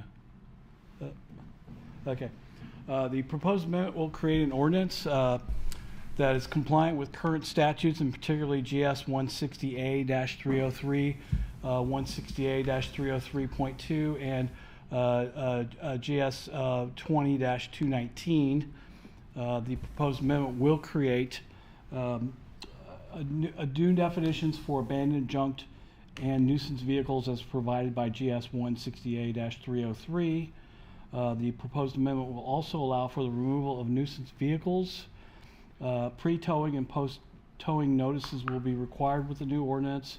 The requirements for the right to a probable cause hearing is included in the amendment.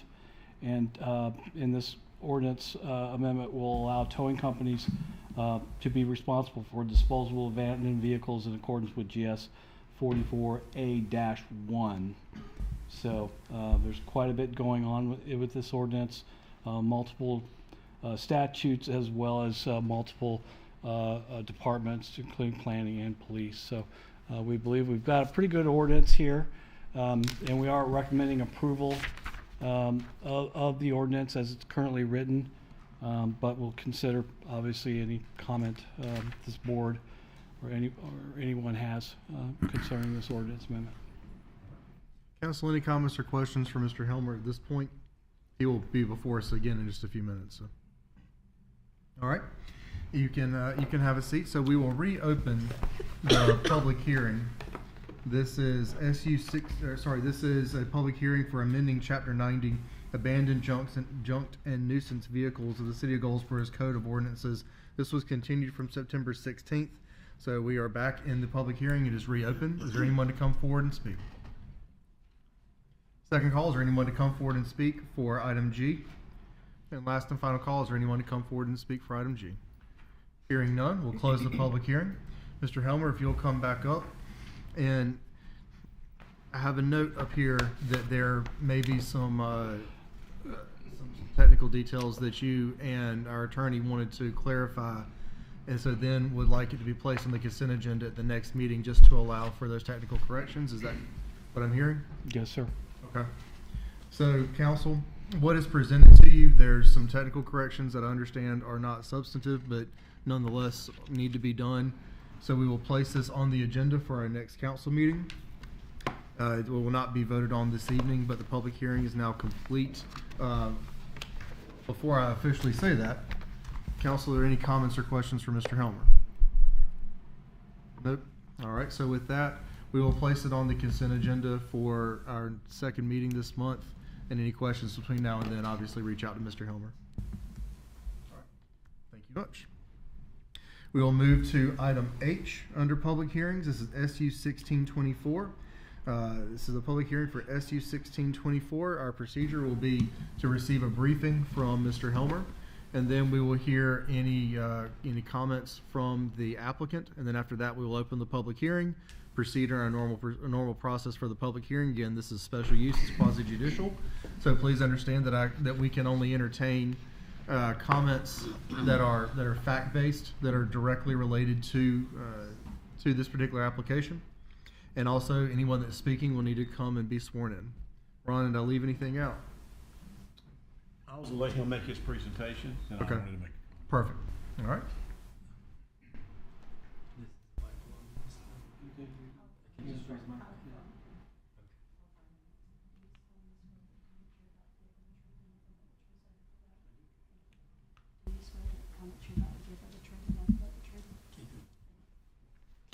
Mr. Helmer, if you'll deliver a brief, and then we'll hear from the applicant, and then we'll get to the public hearing.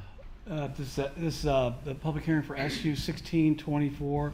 Ahmed Ajabali, who is requesting a special use for a convenience store with no fuel within an airport business zoning district. The property is located at 4146 US 70 East Highway.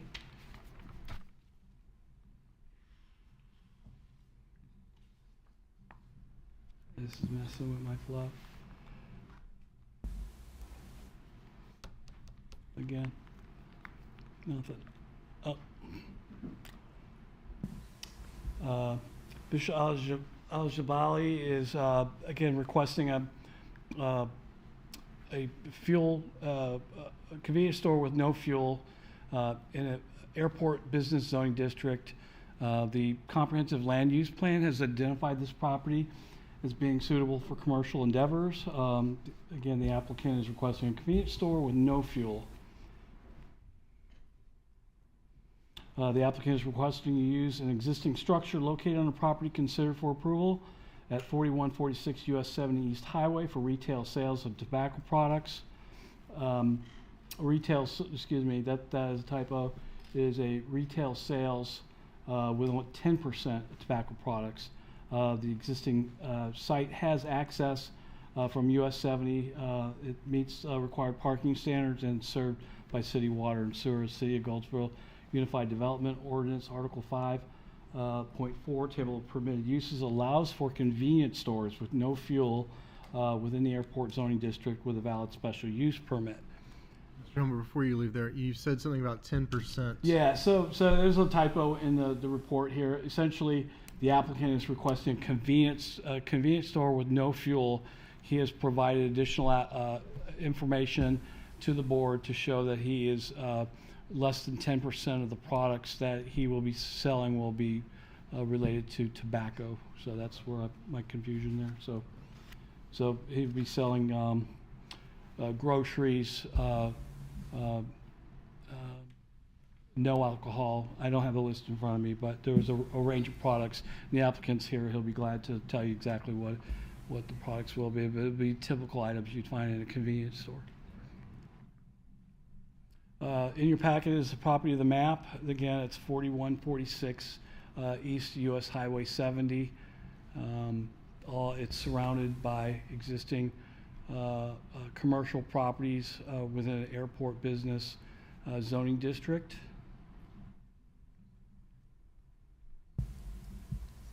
This is the property in question here, so it clearly shows the applicant has appropriate access to Highway 70, has adequate parking, and it is, again, a commercial building, so the requested use is a permitted use in this district with special use permit. The airport business district is established to generally is generally equivalent to the highway business district, except it is located within an accident potential zone. The district is intended to allow dispersed low-intensity commercial uses and to provide additional review for uses that have the potential to concentrate people within the airport hazard zone. The proposed use meets the above definitions of low-intensity retail use, and the adjacent land uses include restaurants to the southeast, manufactured home dealer to the northwest. The land to the rear of the subject property is being used for agricultural endeavors. Again, this is the zoning map here showing the uses I just described. There actually does appear to be a couple residential structures to the north and on the east side of US 70 there. Future land use plan has identified this corridor as suitable for commercial endeavors. The City of Goldsboro Transportation Plan has identified this corridor suitable for future freeway classification. Roadways within this classification may require new development with limited access and shared access points. However, the corridor is currently developed with many existing structures with various commercial uses and activities. The recommendation for a Seymour Johnson Air Force Base installation compatibility use zone, and the component of that plan that's found within the City of Goldsboro's UDO has identified this use and most other uses non-compatible. The existing building is compliant with the Air Force AIC UZ height restrictions, which is based on a law contained within the FAA's Regulation Part 77. This is the map of the comprehensive land use plan that shows the property as being suitable for commercial uses. Planning staff does recommend approval SU 1624 to allow for a convenience store with no fuel sales within an existing building located within an existing commercial corridor of US 70 and located within an airport business zoning district. I'll be happy to answer any questions you may have, and the applicant is here as well. Councilman? I have a couple of questions. But the first one is, so you just said 10%, but in his paper that he gave us to go in our packet, it says 20%? Okay, I'm sorry, I'm mistaken. 20 or is it 10? It's what the applicant said. I'm sorry. Okay. And the second question is, does he own any other businesses in Goldsboro? I do. Let's, and once he comes up, then we can ask him questions. questions. Yeah, let's, Okay. just to keep everything All right. orderly. Okay, well, I'm done for now. Okay. Any other questions for Mr. Helmer at this point? Councilwoman? I don't know if it's for him or for you. I want to know, is the standard, I know he said it's 10%, because I saw the note. So it had 20, but it's 10. So is e-cigarettes considered one of the products that will be sold in this store, which could be used for vaping? Yeah, so currently right now there is no threshold that determines whether a convenience store is something other than a convenience store. So in the future, when staff presents a vapor ordinance, there will be a threshold in there. And that threshold will be low enough or high enough, however you see it, to be obvious to anyone that walks in that it is something other than a convenience store. So right now, I'm thinking 25% is a threshold that if more than 25% of the floor space or storage is committed to the sale of vapor, CBD, and the like, then it would be treated as a vapor and CBD establishment. less than 25% would still allow for convenience stores to sell the product. Since it is a legal product, we have to create some opportunity there for them to continue the sale. So therefore, by creating a definition with a threshold, we can allow convenience stores to continue to sell, and grocery stores to continue to sell these products while while creating opportunity for vapor and CBD specialty stores through an ordinance that specifically allows them in key locations or specific locations that this council deems is appropriate. So, does that answer your question? I'll be more detailed. Okay, okay. Bridget? Are you saying that this, okay, so let me be clear, because I know this board, we discussed a threshold in terms of where vape shops are located to Yes. another, right? Mhm. You're talking about a different type of policy Okay. ordinance that is forthcoming? Yes, so you've requested an ordinance that would regulate uses that are not convenience stores. Okay, so therefore we have to create a definition for what is a vapor store or CBD, tobacco or hookah or whatever. So you have to create a definition, and part of that definition would be some kind of threshold that distinguishes that type of use from other type uses that may sell that legal product, such as a grocery store sells cigarettes. Okay, a convenience store sells cigarettes. They probably sell some CBD products behind the counter, maybe. I don't know, but if you're so you've got to allow for it somewhere, but you can create a threshold to which, when that threshold is met, then it becomes something that can be regulated differently than a convenience store. And so I'm recommending 25%, but this council obviously, will get a chance to review that and decide if that's, what's best for the city of Goldsboro. So the ordinance that we voted on is not yet in place because we have to do some definition stuff. Well, no, the ordinance that you're requesting is currently been reviewed by the planning board or plan commission, and they've recommended it, and now it will go forward to a public hearing in front of this board, and it will include a definition that has a 25% threshold. Any amount of product over that would be, then we would then regulate it and permit it as a tobacco, CBD, vape, hookah establishment. To be clear, that one has not yet come before council for a vote. That is correct. But is forthcoming. All right, Councilwoman, any councilman? So who monitors that threshold once the business is opened? Yeah, so, then it does get into that, at what point, obviously, planning staff particularly would have to keep an eye on it and kind of, regulate or at least monitor.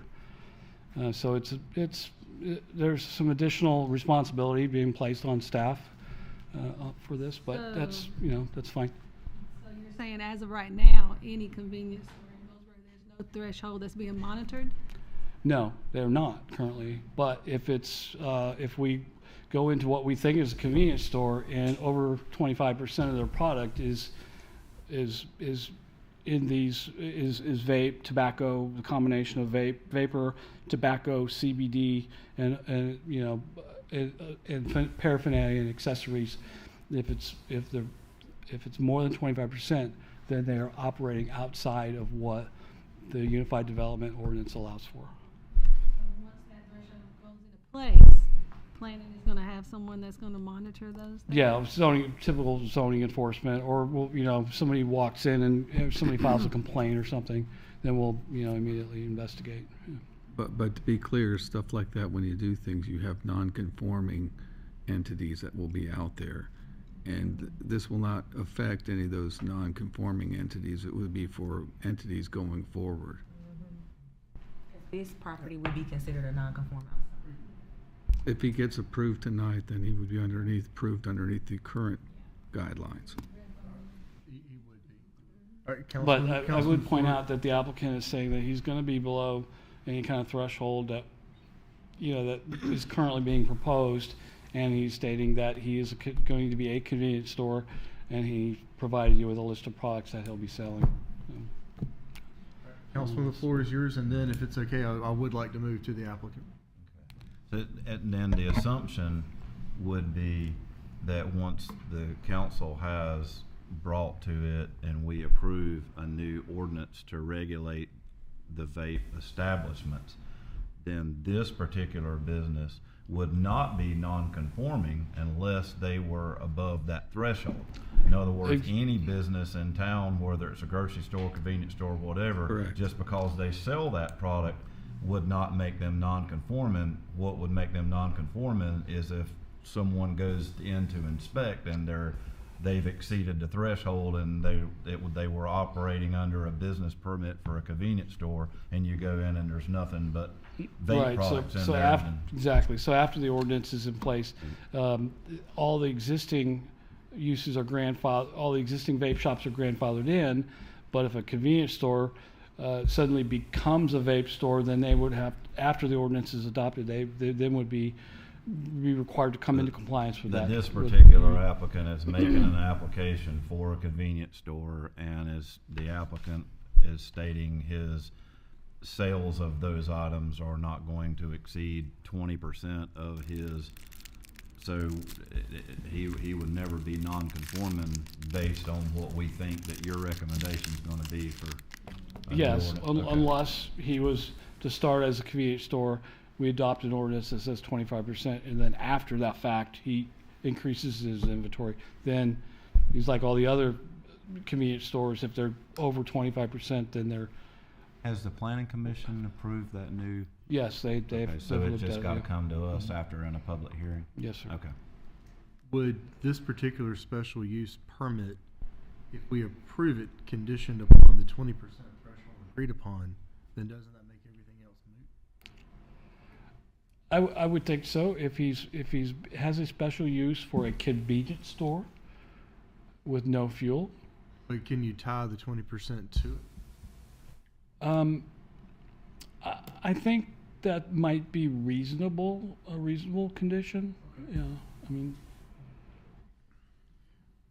Council, any other comments or questions for Mr. Helmer in round one? I know he'll be back in front of us in a few minutes. All right. Is the applicant here, Mr. Al-Jabali? If you would, please come forward, sir. And if you would like to brief us on your application, and then we'll have any questions for council. Yes, basically that building. Hello, everyone. Thank you for allowing me to speak. I've been in Goldsboro since 2012. I own the Johnny Convenience Mart in 111. I don't know if anybody went there. It's a convenience store. There is no CBDs, no vaping, like you said.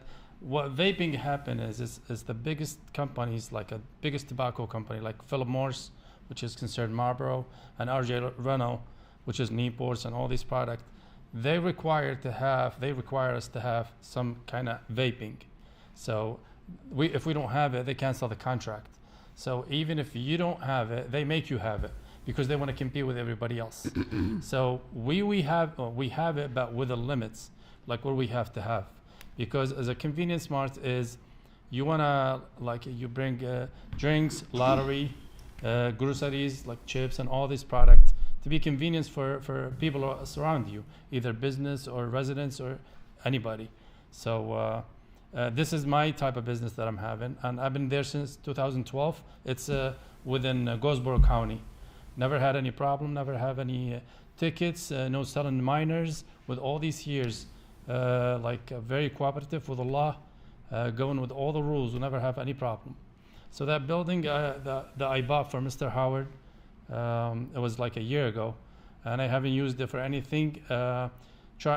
With my experience, this is the only experience. This is only my field. So I'm trying to open it with, and I'll be cooperative and answering any question. This is the list that I'm having. Tobacco is gonna be with 20%, no more than that. That's what the convenience about. More sales is gonna be for lottery, drinks, chips, and all that stuff. But tobacco store is different. They're concerned to have a CBD and all that vaping stuff, but it's not gonna be tobacco. It's gonna be a convenience store. Council, any comments or questions for Mr. Al-Jabali? And if not, then we'll move into the public hearing. All right, sir, you may step down, and with these special use permits, we may ask you to come back as a witness for any continuing questions. Sure. So if you Thank would you. please stick around. Thank you. All right, so we are now opening the public hearing for SU 1624, a convenience store with no fuel cells on Highway 70. This is now a public hearing for SU 1624. Anyone wishing to come forward, please approach the clerk. Second call, this is a public hearing for SU 1624, a convenience store with no fuel cells. Anyone wishing to come forward, please approach the clerk. Third and final call. Anyone wishing to come forward to speak in the public hearing for SU 1624, please come forward and approach the clerk. Hearing none, we'll close the public hearing.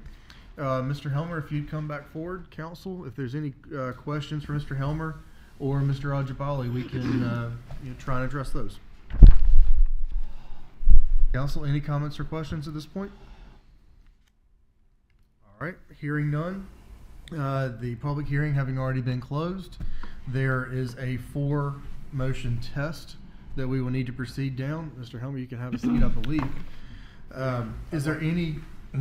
I think a threshold issue needs to be resolved. Right.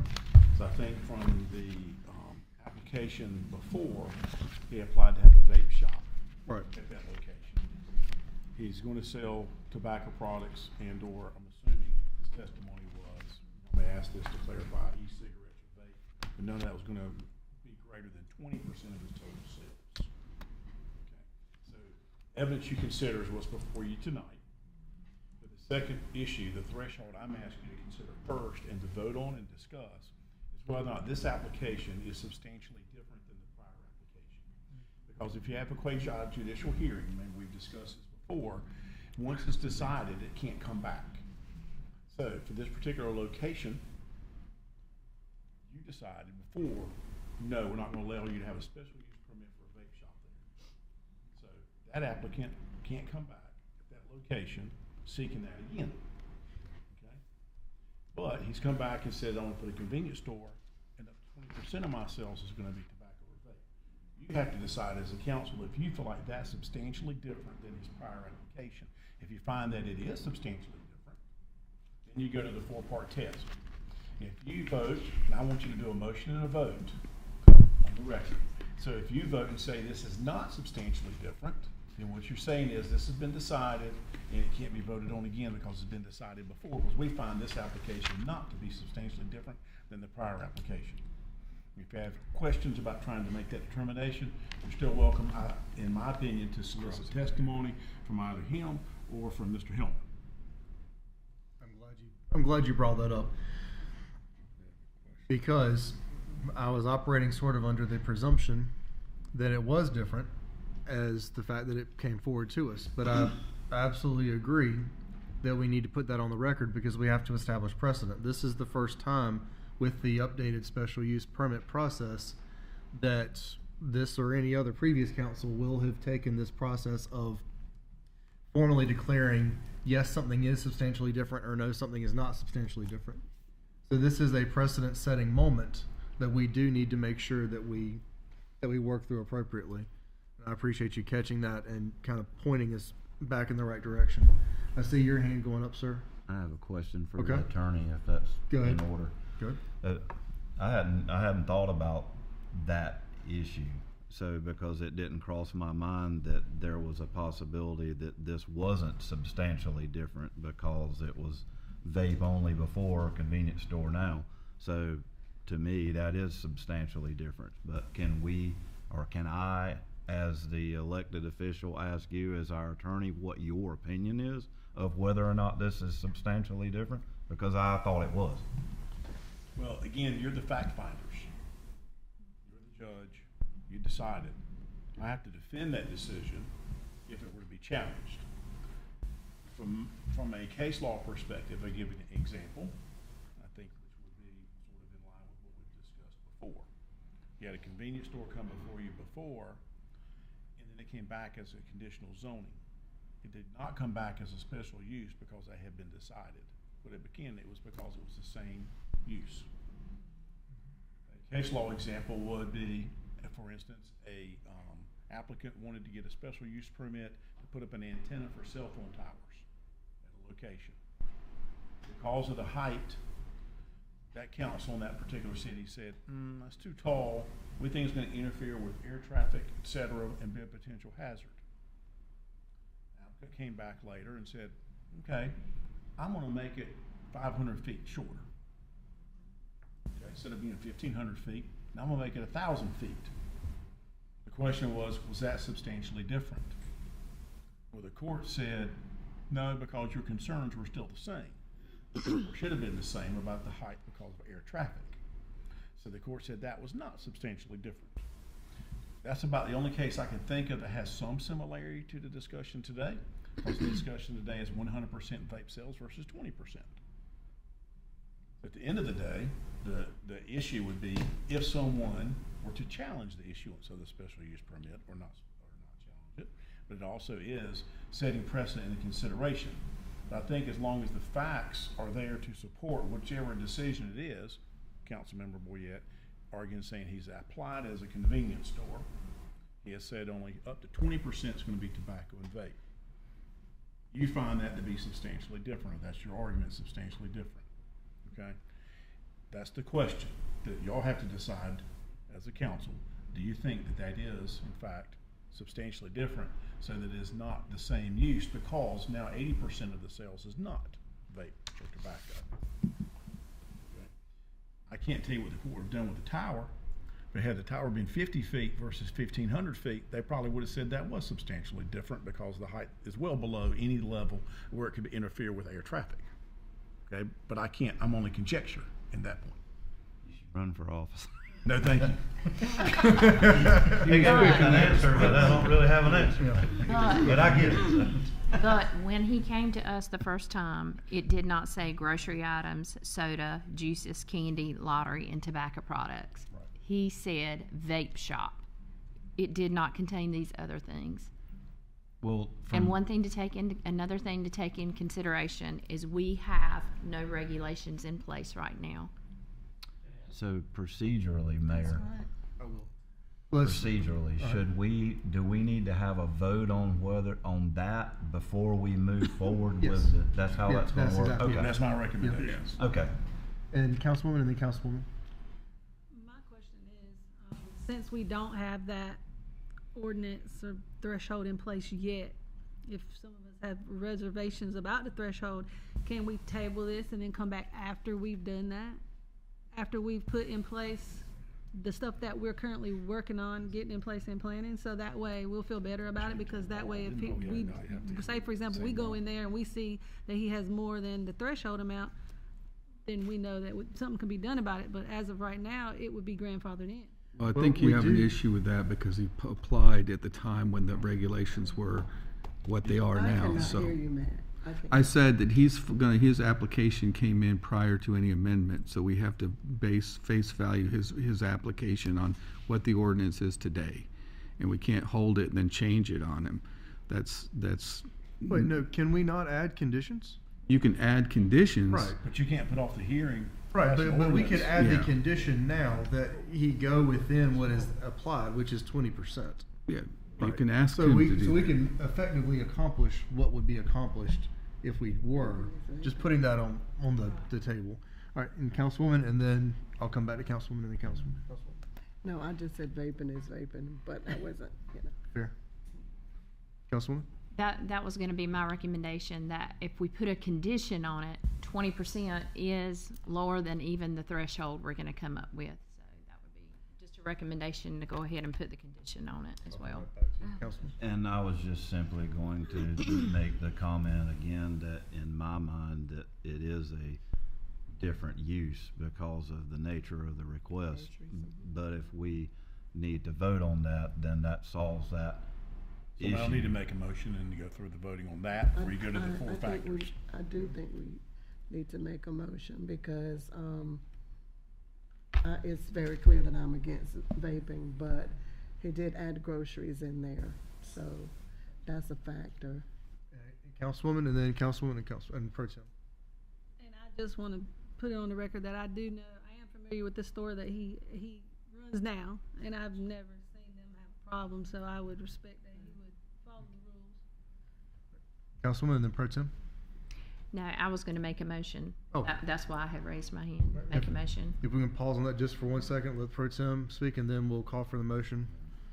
One more. Yeah, just for clarification for myself, when Councilwoman Taylor mentioned about tabling the issue, so I recognize that this is a public hearing that is very active, that is open. However, or I guess what would be the procedure to close it and then continue it to a later date? Because in my mind, I'm thinking about when we had the small batch market and we made decisions before we had policy in place. So now it's like, you know, it seems like we're picking and choosing when we're gonna say, well, we received his application before there was policy, so he gets a pass. But in other areas, we did not allow for a pass before we had a policy in place. We went on and denied it without the policy. So is it possible to table it, as she mentioned, until we get a policy in place that we don't have to worry about grandfathering in, the threshold is in place, he knows what he's responsible for, and he'll follow the policy and procedure just like everybody else? No. So we Because can't do that. an ordinance is a law. It's like a statute. Right. Where Okay. a policy's not. That's the Okay. difference. Council, go ahead. Pro Tem Forrester, yours. But it is still an enforceable policy. It is still an enforceable ordinance, because we have policies that we enforce, right? But ordinances, this is going to get into something earlier discussed to a degree. For sure. Ordinances grant property rights. Okay, so that's the difference. This is an ordinance. Councilman? This particular request would not be based on what this applicant has requested us to make a decision on, would not factor into the new ordinance that's coming down the pipe in either way, in my mind. But if it passes this vote that's fixing to happen, whether or not it's substantially different. But I will point out, just from spending my entire life within a quarter mile of there, the building to the right of that convenience store used to be a convenience store with just what this applicant is. I mean, it's been a number of years. It's a car lot now, but it was a convenience store there, the same scenario that this applicant's requesting. But what his request is, as a convenience store, if this council views that as a substantially different request, would not be affected by the new ordinance that's coming forth, because he would not be within the parameters of the new ordinance that hasn't been approved yet. I think it's, in my mind, it seems to be two different things. If the vote passes for it to be substantially different. If the vote doesn't pass for that, then all this is a moot point. Correct, Mr. Attorney? Yes. Okay. So then with that, I will entertain a motion that either it is or is not substantially different. Back up. That when factoring in the approximately 20% tobacco product threshold as stated in the application, that the application is or is not substantially different. And I'm gonna make a motion based on that. I'm basing it on what was giving us to the planning department and this threshold right here, that it is significantly different than what was brought to us before. All right, so we have a motion on the floor that this application, when considered through the lens of the approximate 20% tobacco product threshold as part of the application, is substantially different In the previous than the previous application. That I'll motion's not been second made. that. Motion has been made and seconded. Is there any discussion? All right, hearing none, we'll call the vote. All in favor, please raise your hand. All opposed, same sign. All right, we have voted that when considering the 20% tobacco product threshold, that it is substantially different. Now, Mr. Livingston or Mr. Helmer, whoever wants to tell me the right way to do this, the next step would be our 4-motion test. However, we need to make sure that 20% threshold as a conditional layer to this is added. What is the right way of doing that procedurally? You basically asked him, he's put it in writing that part of his special use permit that he will add that condition in. If he'll agree to that condition. Okay. Okay, she'll need to ask him that, and then you can go through the 4-part test. Sure. Adding that is to each one of these. Like, for instance, is there a motion that the use will not materially endanger the public health or safety with him having a condition of sales of tobacco and vape no greater than 20%? Okay. And just add that to the end of each one of those. And for... That's after getting him to agree Right. to the condition. Okay, then you can move forward with that. Well, given that, just say, and also want to clarify, is the 20% a gross sales or a square footage? I've heard that referred to in two different ways. I just want to make sure I know what the 20% cap Ask him that equals. question. Yeah. So, right. That would be my assumption. I just want to make sure I get that on the record as well. Mr. Algebali, if you would please come forward. Okay. Sir, I have a question. I just Sure. want to clarify with you that Absolutely. 20% would be 20% of your inventory. Yes, like I said, I've been in business since 2012. This is what I'm doing, like for all these years. I'm not concerned to have all these another product because it's just a lot of people, a lot of parents and kids. They come to the store. I try not to limit these because they look at you different. One more question. Mm-hmm. Are you in agreement with the 20% threshold? The reason we said 20% because we're thinking about lottery. Lottery is a big percentage, a big percentage sale, and then we have to have chips and drinks and all that stuff. I think you need to be clear. I'm sorry. She asked if your 20% was 20% of sales or 20% of product or I'm good. inventory. So I think you need to be clear Sure. what your 20% is in I'm going response to there. that question, please. I'm going there. As far as the inventory, you have, like I said, those cigarettes company, they have a contract. So you have to have a certain amount. Like this company will say, you have to have a certain amount this and certain amount this. If you don't have a contract, you're going to end up selling with a higher price. You're not going to get no business. So as far as inventory, we're planning to have this percentage only, not to have a higher percentage, just this, like a 20 and below. But as far as sale, this is up to people. Like you don't know how many you're gonna sell. Like you could have a lot of customers for lottery, a lot of customers for drink, a lot of customers for tobacco. So. And again, I'm not asking about sales. Inventory. I'm strictly asking about inventory. Do you agree that you will keep your inventory level of tobacco products at the 20% threshold? Yes, ma'am. Council, any other comments or questions for Mr. Algebali? And I'm pronouncing that correctly, right? Yes. Okay. Perfect. Just making sure. Thank you. Perfect. Thank you. All right. And with that, you can have a seat. Thank you. So, council, we have affirmed for the record that when viewed through the lens of the 20% threshold, this is substantially different than the previous application. We have had the applicant come forward and state on the record that they will abide by the 20% threshold as an inventory threshold. Is there any further debate to come before council, or can we move into the four motions assessment? Okay. Is there a motion that the use will, is there a motion that the use will or will not materially endanger the public health or safety when the applicant is held to the 20% threshold? With the condition. Or with the condition of the 20% threshold. Can I say it that way? Right.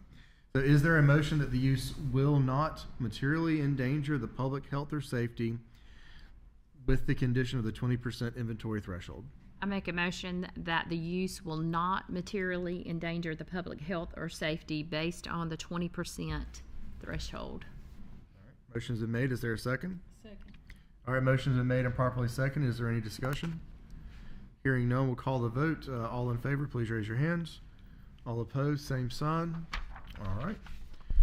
Motion number 2, is there a motion that the use will not substantially injure the beneficial use of adjoining or abutting property with the condition of the 20% threshold? I'll make that motion, Mr. Mayor. All right, motion's been made. Is there a second? Second. All right. Restating the motion for the record, the motion has been made that the use will not substantially injure the beneficial use of adjoining or abutting property with the conditional threshold of 20% of inventory. Laura, is that clear enough for you to be able to do minutes? Okay. Is there a second? There was a second. So motion is made and properly seconded. Is there discussion? Hearing none, all in favor, please raise your hands. All opposed, same sign. Seeing none, motion passes. All right, motion 3. Is there a motion that the use will be in harmony with existing development and uses within the area in which it is located, so long as it abides by the 20% condition? So moved. Second. All right, motion's been made and properly seconded. The use would be in harmony with existing development and uses within the area in which it is located, so long as it upholds the 20% threshold. Is there any discussion? Hearing none, all in favor, please raise your hands. All opposed, same sign. Seeing none, motion passes.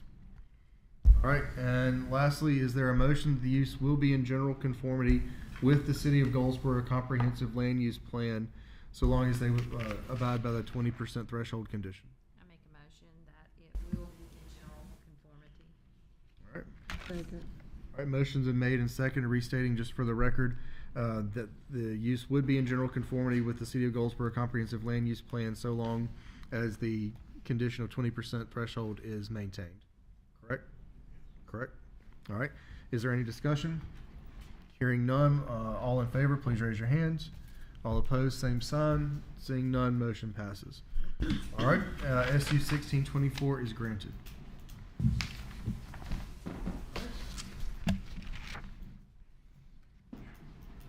Madam Clerk, I appreciate you knowing exactly what comes next.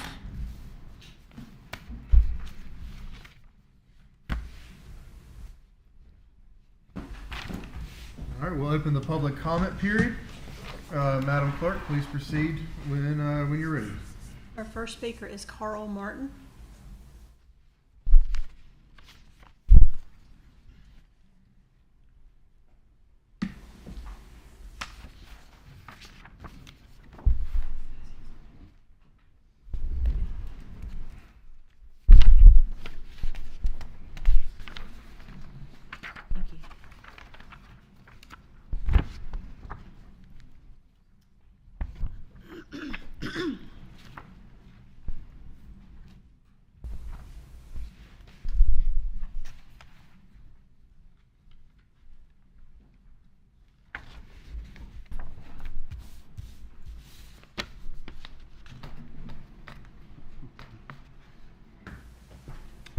Martin, good evening. Good evening. Good evening.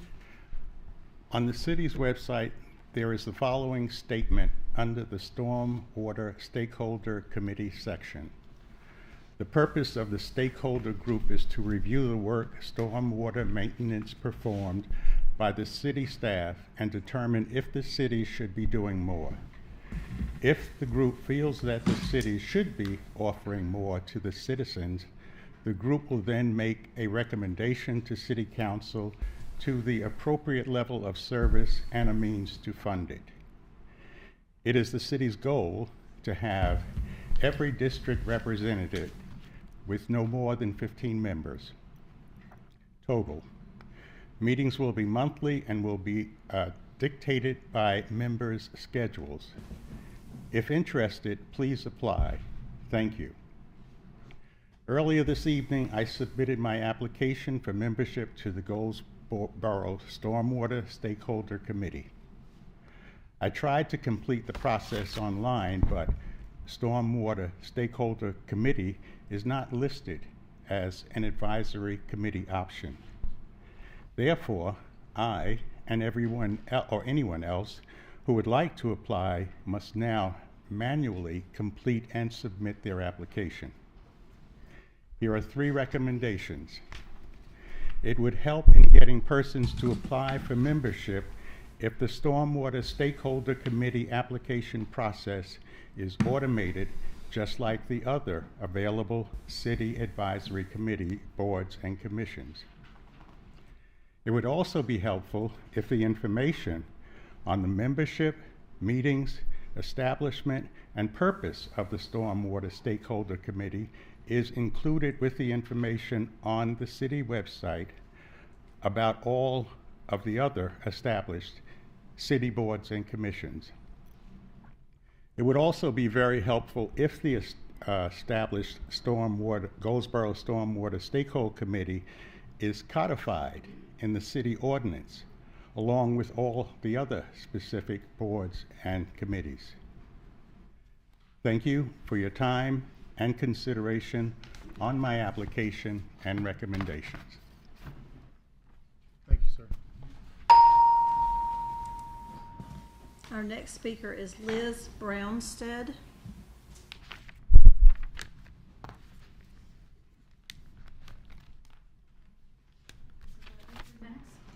Yes. Can I upload any pictures? Okay, all right, great. Okay, so I am here to, I've a concern about parking on John Street between Ash and Mulberry. My biggest concern, which I'm going to fit in this 3 minutes, is the bus stop that is on John Street.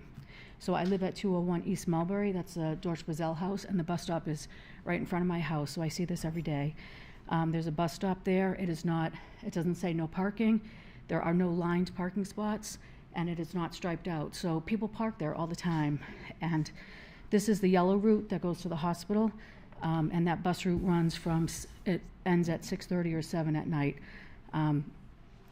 So I'm here today because there was a lady at the bus stop, and there was a car parked there. And I tried to speak to this lady. Excuse me, ma'am, are you waiting for the bus? And I didn't get any response. So I kept trying to talk to her, and I finally went around the front of her, and she's deaf. So she's trying to get on the bus. The car is blocking the ramp that you'd walk down into the street and walk onto the bus. So what I would like done, I would like this bus stop looked at. I would like a sign there that says, hey, no parking bus stop, the street lined out there, something to prevent cars from habitually parking at this section of John Street from Ash to Mulberry, which is my house, the bank, and then the Blue Yonder Properties, which is Brew Works and Breeze's now, and the Bar House. There are no lined spots on this section, and I've spoke to Hakeem. And he doesn't, in his list, his litany of things that he does ticket, being in an unmarked spot on a random street is not something he tickets. And nor the bus stop. I've pointed out this, I've stood on the corner and watched and pointed out a car at the bus stop there, and he doesn't ticket that. So what I want done, I would like that bus stop looked at. I'd like it appropriately marked so that people can get on that bus. It's not uncommon for people in wheelchairs and walkers to have to get on that bus and navigate between parked cars, and that bus driver, gets out, is parked in the middle of John Street, coming out and helping them. So what I want done, I want that bus stop signed, lined. I would like, I see my time ticking down so fast. I would like I've addressed the issue of the lined parking on John Street before with Matthew Livingston, and that email was forwarded out to many people, but that was 16 months ago, and they said that was in progress. So I would like that relooked at, because I believe that parked cars on that section of the street impedes emergency vehicles. If you stand there and look, you will see vehicles cross over the center line of that street, and I think it's dangerous. And I would like the parking guy to be authorized to, give tickets in these. I'm going to stop you just because of the policy on the public comment, but please make sure that I believe we already did, but please make sure your contact information is with the clerk. I'll be in touch with you. Okay, Because I a lot of the things appreciate that you're talking about, you're absolutely right, are projects that have been in progress for far too long. Okay, So, sure. Thank you so much. Thank you. My Xanax wore off a long time ago. I was so nervous. If you would just make sure we have just at some point this evening before you leave, just make sure that there's a phone number with the clerk. That's a 5, right? Yeah. Thank you. I have it. Our next speaker is Phyllis Merritt James.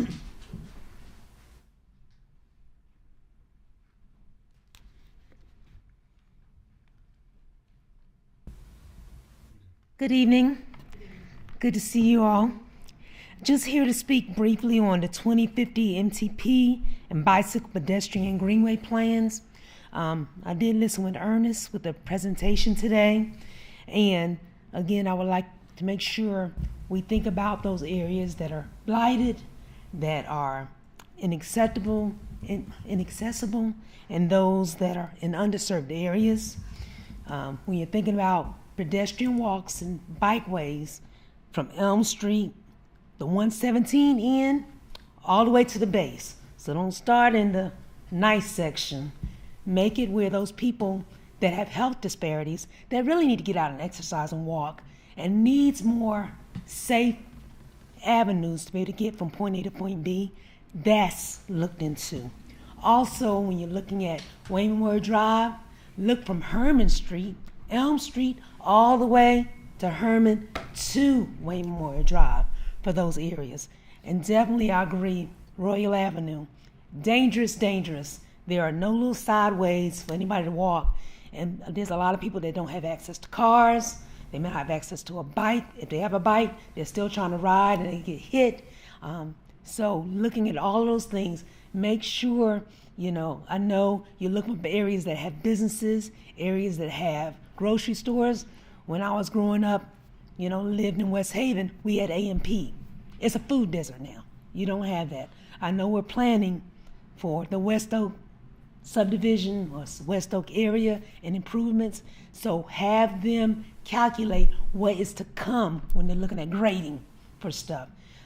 Because those that most need access to stuff are being excluded based on the value that they're placing on things. So I just want to make sure that we're thinking about that, and thank you, Councilman White, for bringing up stuff, because as soon as they talked about it, I was thinking the same thing and you spoke it. But again, it's good to see you all, and it's very important. Also, with doing all the other input, make sure we're not just putting on the site, because everybody doesn't have access to a computer or internet. Get it out there and advertise it in barbershops, put it on the grocery store doors for any of these opportunities to review anything that's coming up. Thank you. Thank you. Our next speaker is Esther Johnson.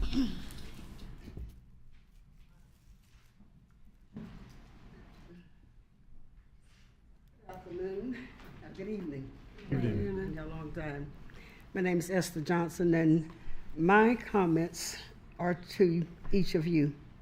And all of you represent the city of Goldsboro in some capacity. Is that correct? Okay. And my thing is, how can we let Goldsboro be like it is? There's no trash pickup.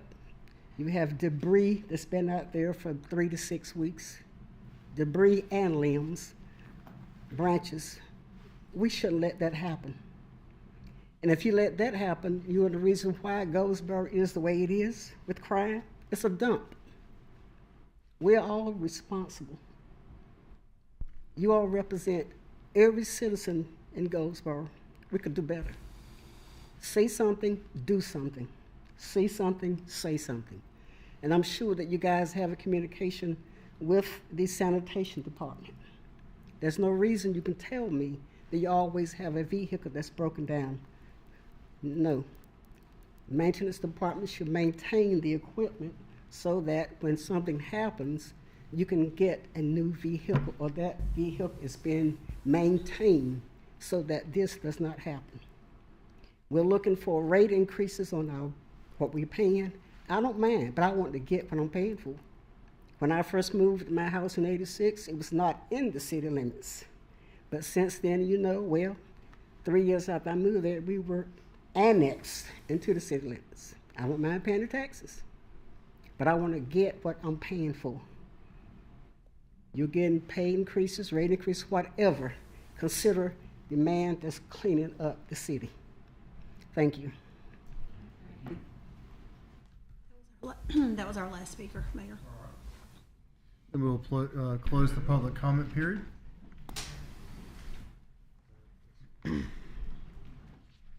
Good feedback as always.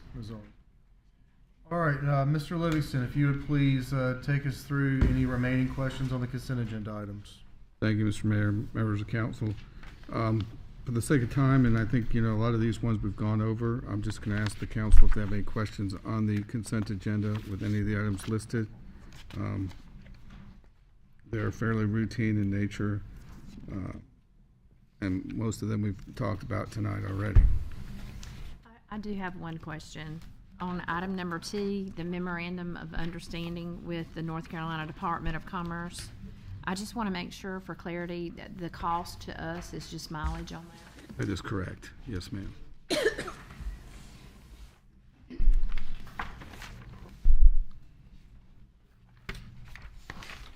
But following with that on T, I think when I read in the agenda packet, it had, is that the one that had Mayor Ham and them still in there listed?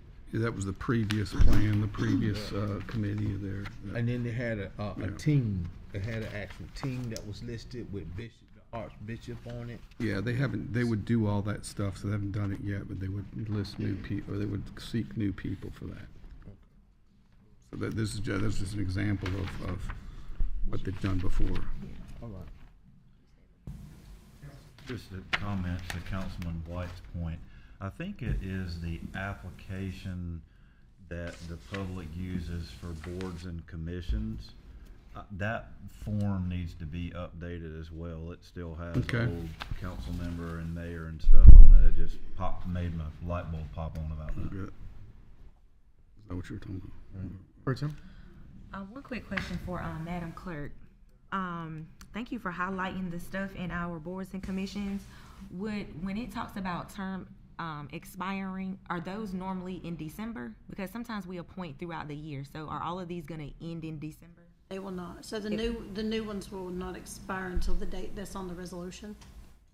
No. I mean, like, because I noticed we had an applicant for historic, but there's no vacancy.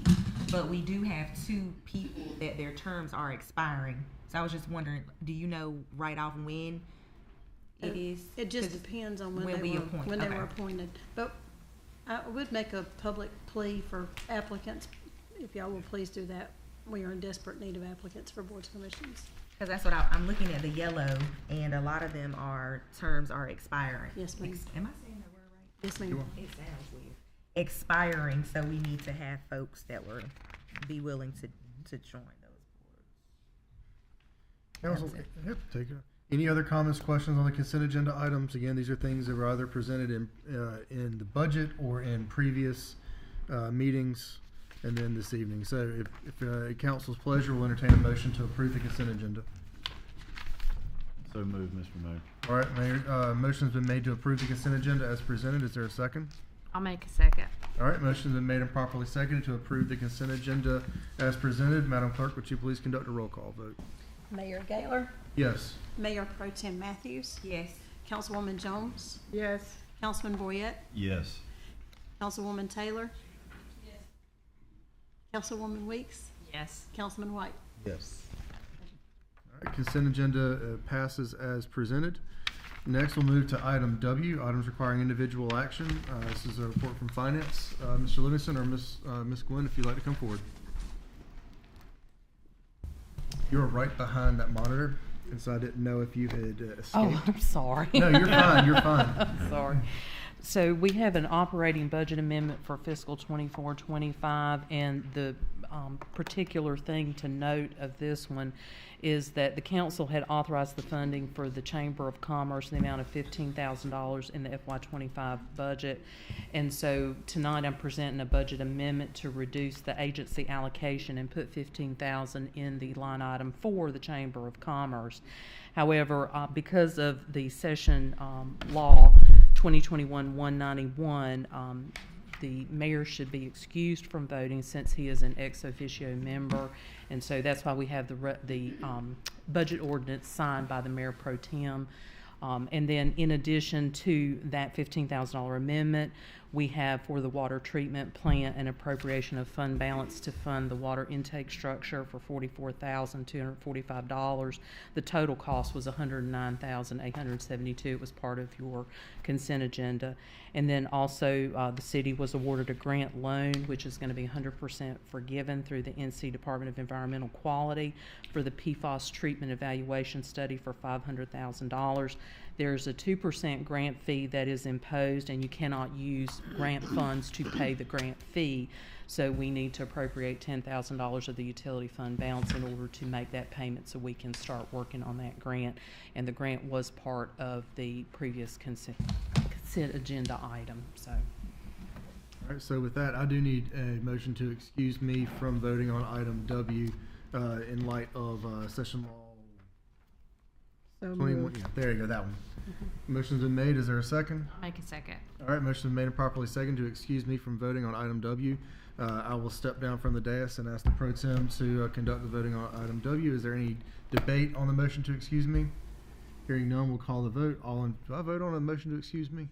I think I'm supposed to call the vote. She calls the vote. Okay. Okay. You don't vote on it. You've already bet the motion. But do I vote on the motion to excuse myself? No. But I do get to go. You can sit there, actually. You just can't participate. How about I just back up? Yeah, you can do that. There has been a motion and properly second. Is there any discussion on the motion? All those in favor? Any opposed? Motion passes. Is there any discussion before I call for a motion for item?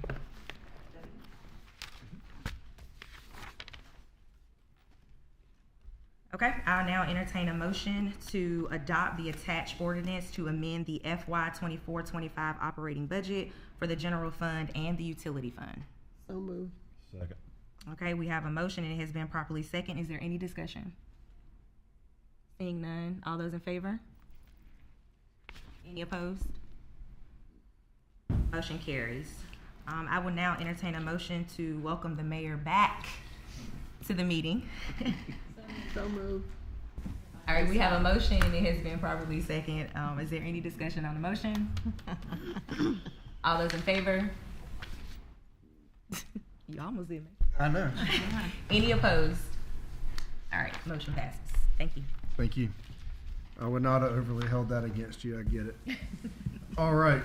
Next, we'll move to the city manager's report. Mr. Livingston, if you would. Thank you, Mayor. We have a shred event coming up on 10/25/2024. That's going to be at the Herman Park Center. Just you can pass that around if you'd like to. There are a lot of things going on with the city right now.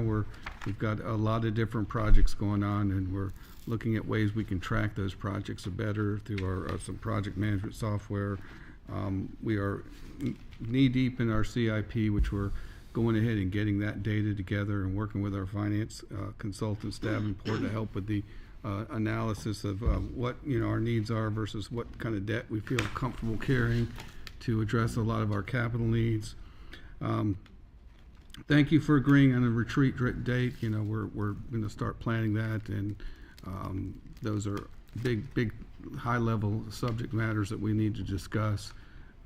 There's going to be a lot of things coming forward in October and November for just overviews. We've got a lot of planning projects going on, as you see, the transportation plan and some of these other plans. I wanted this council to know what was going on. They weren't just there by accident. We wanted them so you could get briefed on those items.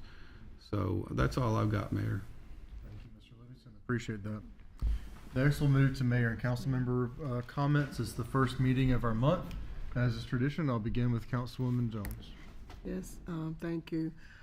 First, I want to thank our Goldsboro Fire Department for volunteering to go to Western Carolina.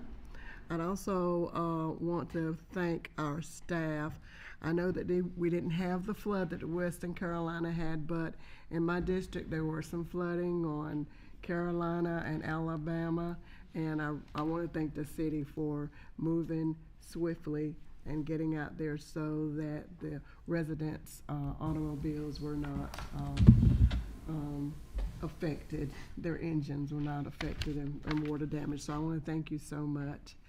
Then the other thing is there's a lot of things for October, but October is a kickoff of Anti-Bullying Month.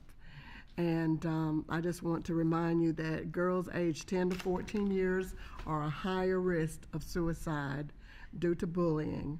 And for every suicide, there is at least 100 attempts, according to the CDC. And I want to thank the schools for their support of anti-bullying, and I'll see you soon. A child bully becomes an adult bully. And I just want to mention 4 basic types of bullying, which is physical bullying, emotional, cyber, and sexting. And that can be awful.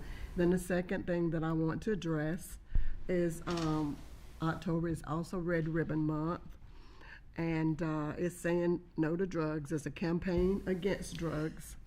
So I also, once again, want to thank the schools for working with many of us that go into schools for this campaign.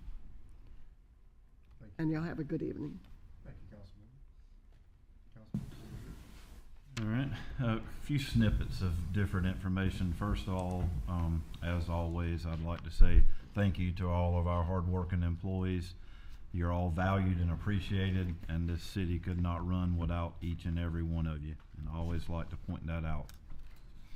Next thing, I had a pleasure of attending a couple of events since our last meeting, one of which was the North Carolina League of Municipalities listening tour that they held 4 around the state to give cities an opportunity to voice their concerns regarding legislative policy. And the Legislative Policy Committee, which I'm a part of, will be taking in that information and formulating a plan to move forward with what we're going to advocate our North Carolina legislators for, to affect some change that's relevant to all municipalities across the state. I would like to point out that ironically, I was there to represent the city at that particular event, and one of the things that's a concern, in my opinion, that I've stated before, is the lack of funds that we get through the Powell bill, as that money trickles down from the legislature to cities across the state of North Carolina to help maintain the streets within the municipalities in the state. I think that that's going to be something that's probably going to come forth after everyone sort of comes together with some of the top priorities. And I certainly can say that Goldsboro would certainly agree with that formula needs to be reworked, and we need to lobby our legislators to rework that formula so that it's more fair to the smaller cities, because the smaller cities get left behind, and we just can't pay for everything ourselves. There was a mayor at my round table that I was in discussion with, and everybody try not to laugh, but that city's appropriation of Powell bill funds was $1,700. Yeah, we can't even fix a pothole for $1,700 these days. So it's past time for that formula to be reworked, and I think that might be something that we see come out of that moving forward. Next thing is the manager and I, Matt, had an opportunity to attend the groundbreaking ceremony at Park East last week and turn a shovel of dirt over and welcome a new industry into the park and into our area. I was happy to attend that event. Sometimes it's easy to get sidetracked with the things that are wrong, and we overlook all the things that are right. And there's a lot of good things going on in our community, a lot of things happening, and I was happy to be at that particular event. Next thing, I want to just acknowledge the recent passing of Bill Lane, and what he meant with his service to the city of Goldsboro for a number of years on its planning commission, as a member of the DOT board. He did, as everyone knows that knows him, he did a lot for Goldsboro and Wayne County, and I just want to acknowledge his passing and offer my condolences to his family. Next thing, I want to continue to remind everyone, as I've mentioned the last couple of things about the 311 system.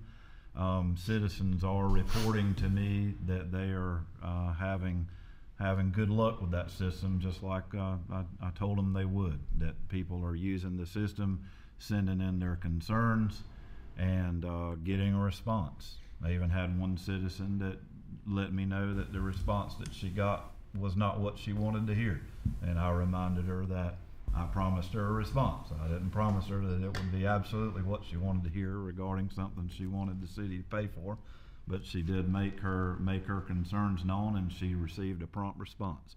So the 311 system is working, and I think one of the people that come forth with public comment tonight with concerns regarding things, that's an ideal opportunity that those concerns can be reported within the 311 system. So I encourage our citizens to continue to use it.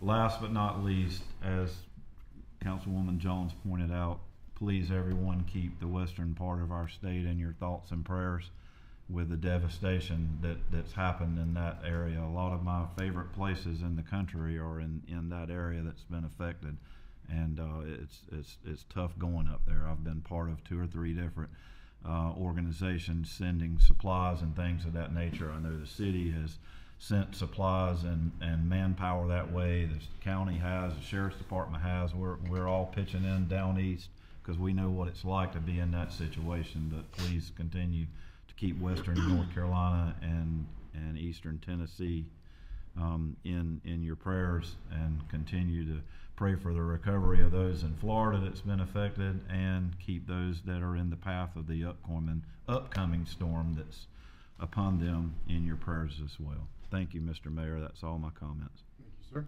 Councilwoman? Okay, I just have 3 things. The first thing is that I'm still every day getting complaints about the potholes and the road complaints in District 3 and around the city. And I just want to assure everyone that we are definitely working on that. We are currently doing a pavement condition survey, and if I may quote, let me get it right here. If I may quote Jonathan Perry, our engineering services manager for the city of Goldsboro, who on our website has said this, for those of you who don't know what a pavement condition survey is, this survey will help the city prioritize repairs and rehabilitation projects based on the condition and usage of the street, and it contributes to the development of long-term infrastructure plans for road management. So I'm very happy about that. I think that that's moving forward on a path to be able to get this stuff straight and fixed like we need it.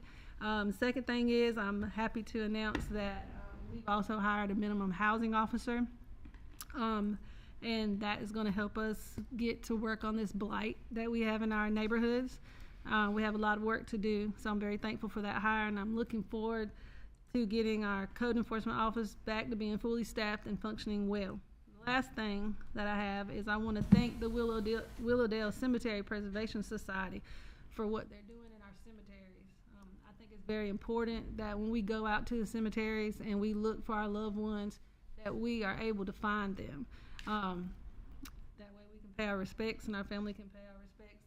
And I really hope that there's other cemeteries that have that same kind of preservation society going on. And if it is, I would really like to know if someone can find that out, if they do. And that's it. Excellent. Burton? Thank you. I first want to say thank you to Jonathan Perry, the engineer manager, because this past Friday he came into the district and spent some time with me to look at some street signs that needed replacing and updating, also some roads and some lining for our streets. And it meant a lot to me for you to want to go beyond just an email correspondent with me. You wanted to see it for yourself. And thank you to your team who is actively working to fix some of these things for our district. The second thing is every Tuesday for the month of October, I am going to be hosting and instructing a cardio fitness dance class. It is going to be available via Zoom. It is open to everyone to join us. So please follow my Councilwoman page because I will be posting the link. So every Tuesday at 7, we'll be having that class. It runs for 30 minutes, okay? So come work it with me tomorrow night. And lastly, because I won't see you again before then, early voting starts next week. And I understand that there is a lot of attention right now that is for our presidential election. But I really want to encourage you guys to pay attention to the local elections, your local candidates, and also your current elected officials, because decisions are still being made and your input is very, very necessary. So just a reminder, if you need any information about your voter registration or where you can go to the Wayne County Board of Elections website, and early voting starts October 17th. Thank you. Councilwoman? So I just wanted to thank our community, our city, the faith-based leaders. We have just come together as a community to help out in the western part of the state. And so I'm very, very proud of our city. I did receive some information today, though, from the Department of Justice. And I just want to just caution everybody, especially watching from home, that people are being taken advantage of. There are groups that are soliciting you for your contributions, and they're not reputable charities.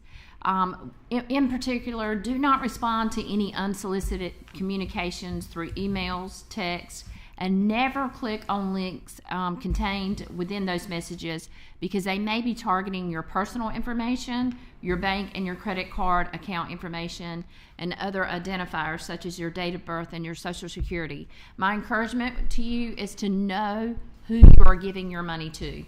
And in most cases, it's best to give to a nonprofit instead of an individual, and never give cash. Always use a check or your debit card.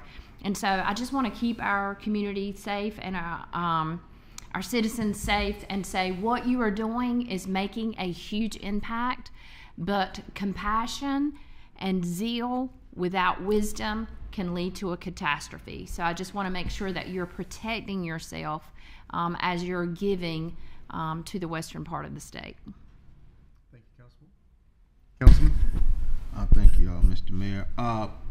First of all, I'd like to, I'll be sending out some pictures to you, Matt, about Mimosa Park back in the back. When it rains slightly, it's a lake back there, so there's some draining issues that's going on back there, some culverts that's collapsed that we might want to take a look at. The priorities for the sidewalks, I wanted to talk to the gentleman who gave the Greenway spiel, but I do understand that it's late. But I did get to talk with them when they did the briefing up in the big conference room, and the priorities seem to be headed all back to downtown. And my concern is out in District 6, so we're so far from downtown. We need sidewalks, we need that green trail extended east way, not back towards Wayne Memorial, so that we can have some safe walkways and things of that nature on New Hope going east. Also, I would like to see if we have started the comprehensive park planning study. No, not yet. Okay, so we selected. Well, I'll tell you later. Okay. We're in the process almost. Okay, so I want to keep that on the radar, because over in District 6 we don't have any parks or anything like that. So I would like to see if we could kind of improve that actual aspect of it. Debris pickup, I am total agreement with the constituent who came up here tonight and talked about debris pickup. I've been jumping up and down about debris pickup for a while now. I asked a couple of questions, and I don't want this to come off wrong, but I'm gonna say what I'm gonna say. We come down here downtown 3 times a week to clean downtown, but we can't make it out to our community and our neighborhoods at least on a monthly basis to pick up debris. That is totally unacceptable.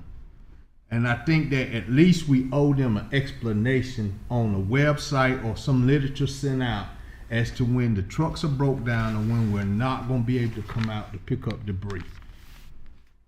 On a good note, I'd like to thank Pastor Elliott for opening up his church for the cast of The Lion King Jr. to rehearse. A lot of people say they want to help out with the kids and they want to keep the kids off the street, but love is not what it says. Love is what it does. Love is an action word. So I salute Pastor Elliott for opening up his church and allowing us to come down there to rehearse and keep these kids off the street. That's all. Thank you, sir. All right, my comments, just a few different bullet points. The 2025 Citizens Academy, huge program. Really, really important to the development of next council members, next mayor, and next committee members, next commission members. Applications go through the end of October. If you're curious about what it looks like, about what the program looks like, call Octavius Murphy. He's sitting back there smiling. He probably hates that I just did that, but do it, because you'll get some answers, and you'll learn that the whole point of that program is to try and orient folks towards how they can get involved with their community and help make it better. And I want to make sure that's a full slate this year. As was previously mentioned, our Goldsboro Fire Department has been asked by North Carolina Emergency Management to send a deployment west. They have gone, and they will be outside of Black Mountain. They're actually going to Garin Creek Fire Department, and then they're going to be running operations out of Hot Springs Fire Department, which I want a t-shirt from Hot Springs Fire Department. That sounds fantastic. Maybe not right now, but in the future. They're going to be doing everything from swiftwater rescue to just generally manning the station while other folks are rotating off. As I understand it, almost every fully staffed department around the state now is going on some form of rotation going out there. I know there's other departments around the county that are as well. Even Saw Wayne Community College was loading up their ATV on a trailer that's going to be taken up by Pikeville. So huge amount of work going on from Goldsboro and Wayne County. The folks that have left from the city of Goldsboro with their equipment, make sure that you take care of it, take care of yourself, and get home safely. But while you're there, do it right, and we're certainly proud of you. A couple of travel events that I just want to go on record of saying things that these are not city expenses. This is stuff that I'm reimbursing Friends of Seymour for, and that I'm paying for personally because I can and I want to, and I think it's the right way to do it this time. Friends of Seymour hosted their annual barbecue up at Langley Air Force Base. The Military Affairs Committee of the Wayne County Chamber of Commerce, as well as Friends of Seymour, collaborate annually to pull that event off. And we actually get to spend some time with the 4-star general that oversees the head of Air Combat Command at Langley Air Force Base. And Seymour Johnson is part of the command structure that goes up through Air Combat Command. And getting to spend some time there with the colonels, the 1-stars, the 2-stars, the 3 and 4s, well, 4 individual, to be able to understand their future vision for the Air Force and what the future arsenal looks like really helps us to think about how we can plan and better lobby and better support for a long-term mission here at Seymour Johnson. I really appreciate the continued impact of those relationships. We certainly would not have been able to adjust as quickly as we did a few months ago without those relationships. So again, thank you for their hospitality up in Hampton, Virginia, as well as the local folks that did all the work to make that happen. Also, this past weekend was fall break for my son, and while we were doing just a little trip for him, we were up in D.C. and I reached out to each member of our federal delegation, Congressman Murphy, Congressman Davis, Congressman Nickel, as well as Senator Tillis and Senator Budd. Already have relationships with them individually on the phone and emails, and that's great. But I wanted their staffers to know that Goldsboro exists and to know that I have a face. And so we spent a little bit of time going by every one of their offices on a scheduled visit, drop off just a simple little travel and tourism Goldsboro mug that they seemed a little bit caught off guard that someone would go all the way up to D.C. and stop by to see the staffers and the chief of staffs and things like that. And again, the whole point of that is because we've talked a lot tonight about building plans.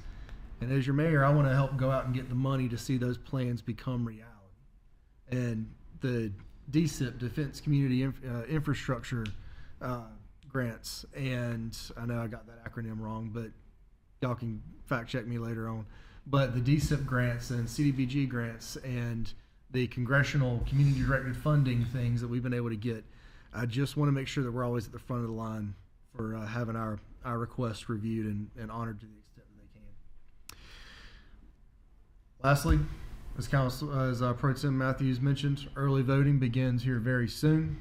Last year this time I was stressed out of my mind, and I do not miss it. I wish those who are currently doing that process, I wish them some stamina and some wisdom as they finish out this adventure. I'm grateful to every single person that's willing to put themselves out there, even more so now than I was a year and a half ago before I'd done it myself. But you're sticking your neck out there, you're willing to take the shots. Yeah, you deserve a little more respect than you're probably going to get, at least for a little while. So let's get through this election. Let's swear in our next slate of folks all the way from DC to right here in Goldsboro. And I look forward to working with every single one of them. But remember, early voting starts. Go vote, go express your vote. Those conclude my comments. Council, we do have one additional matter for closed session. It is a personnel matter. If I could have a motion to go into closed session to discuss a personnel matter. I make a motion, we go into closed session to discuss a personnel matter. All right, do we have a second? Second. All right, motion's been made, properly seconded. Is there any debate? Hearing none, all in favor, please raise your hand. All right, all opposed, same sign. Seeing none, motion passes. We are going to closed session. Ladies and gentlemen, if you need a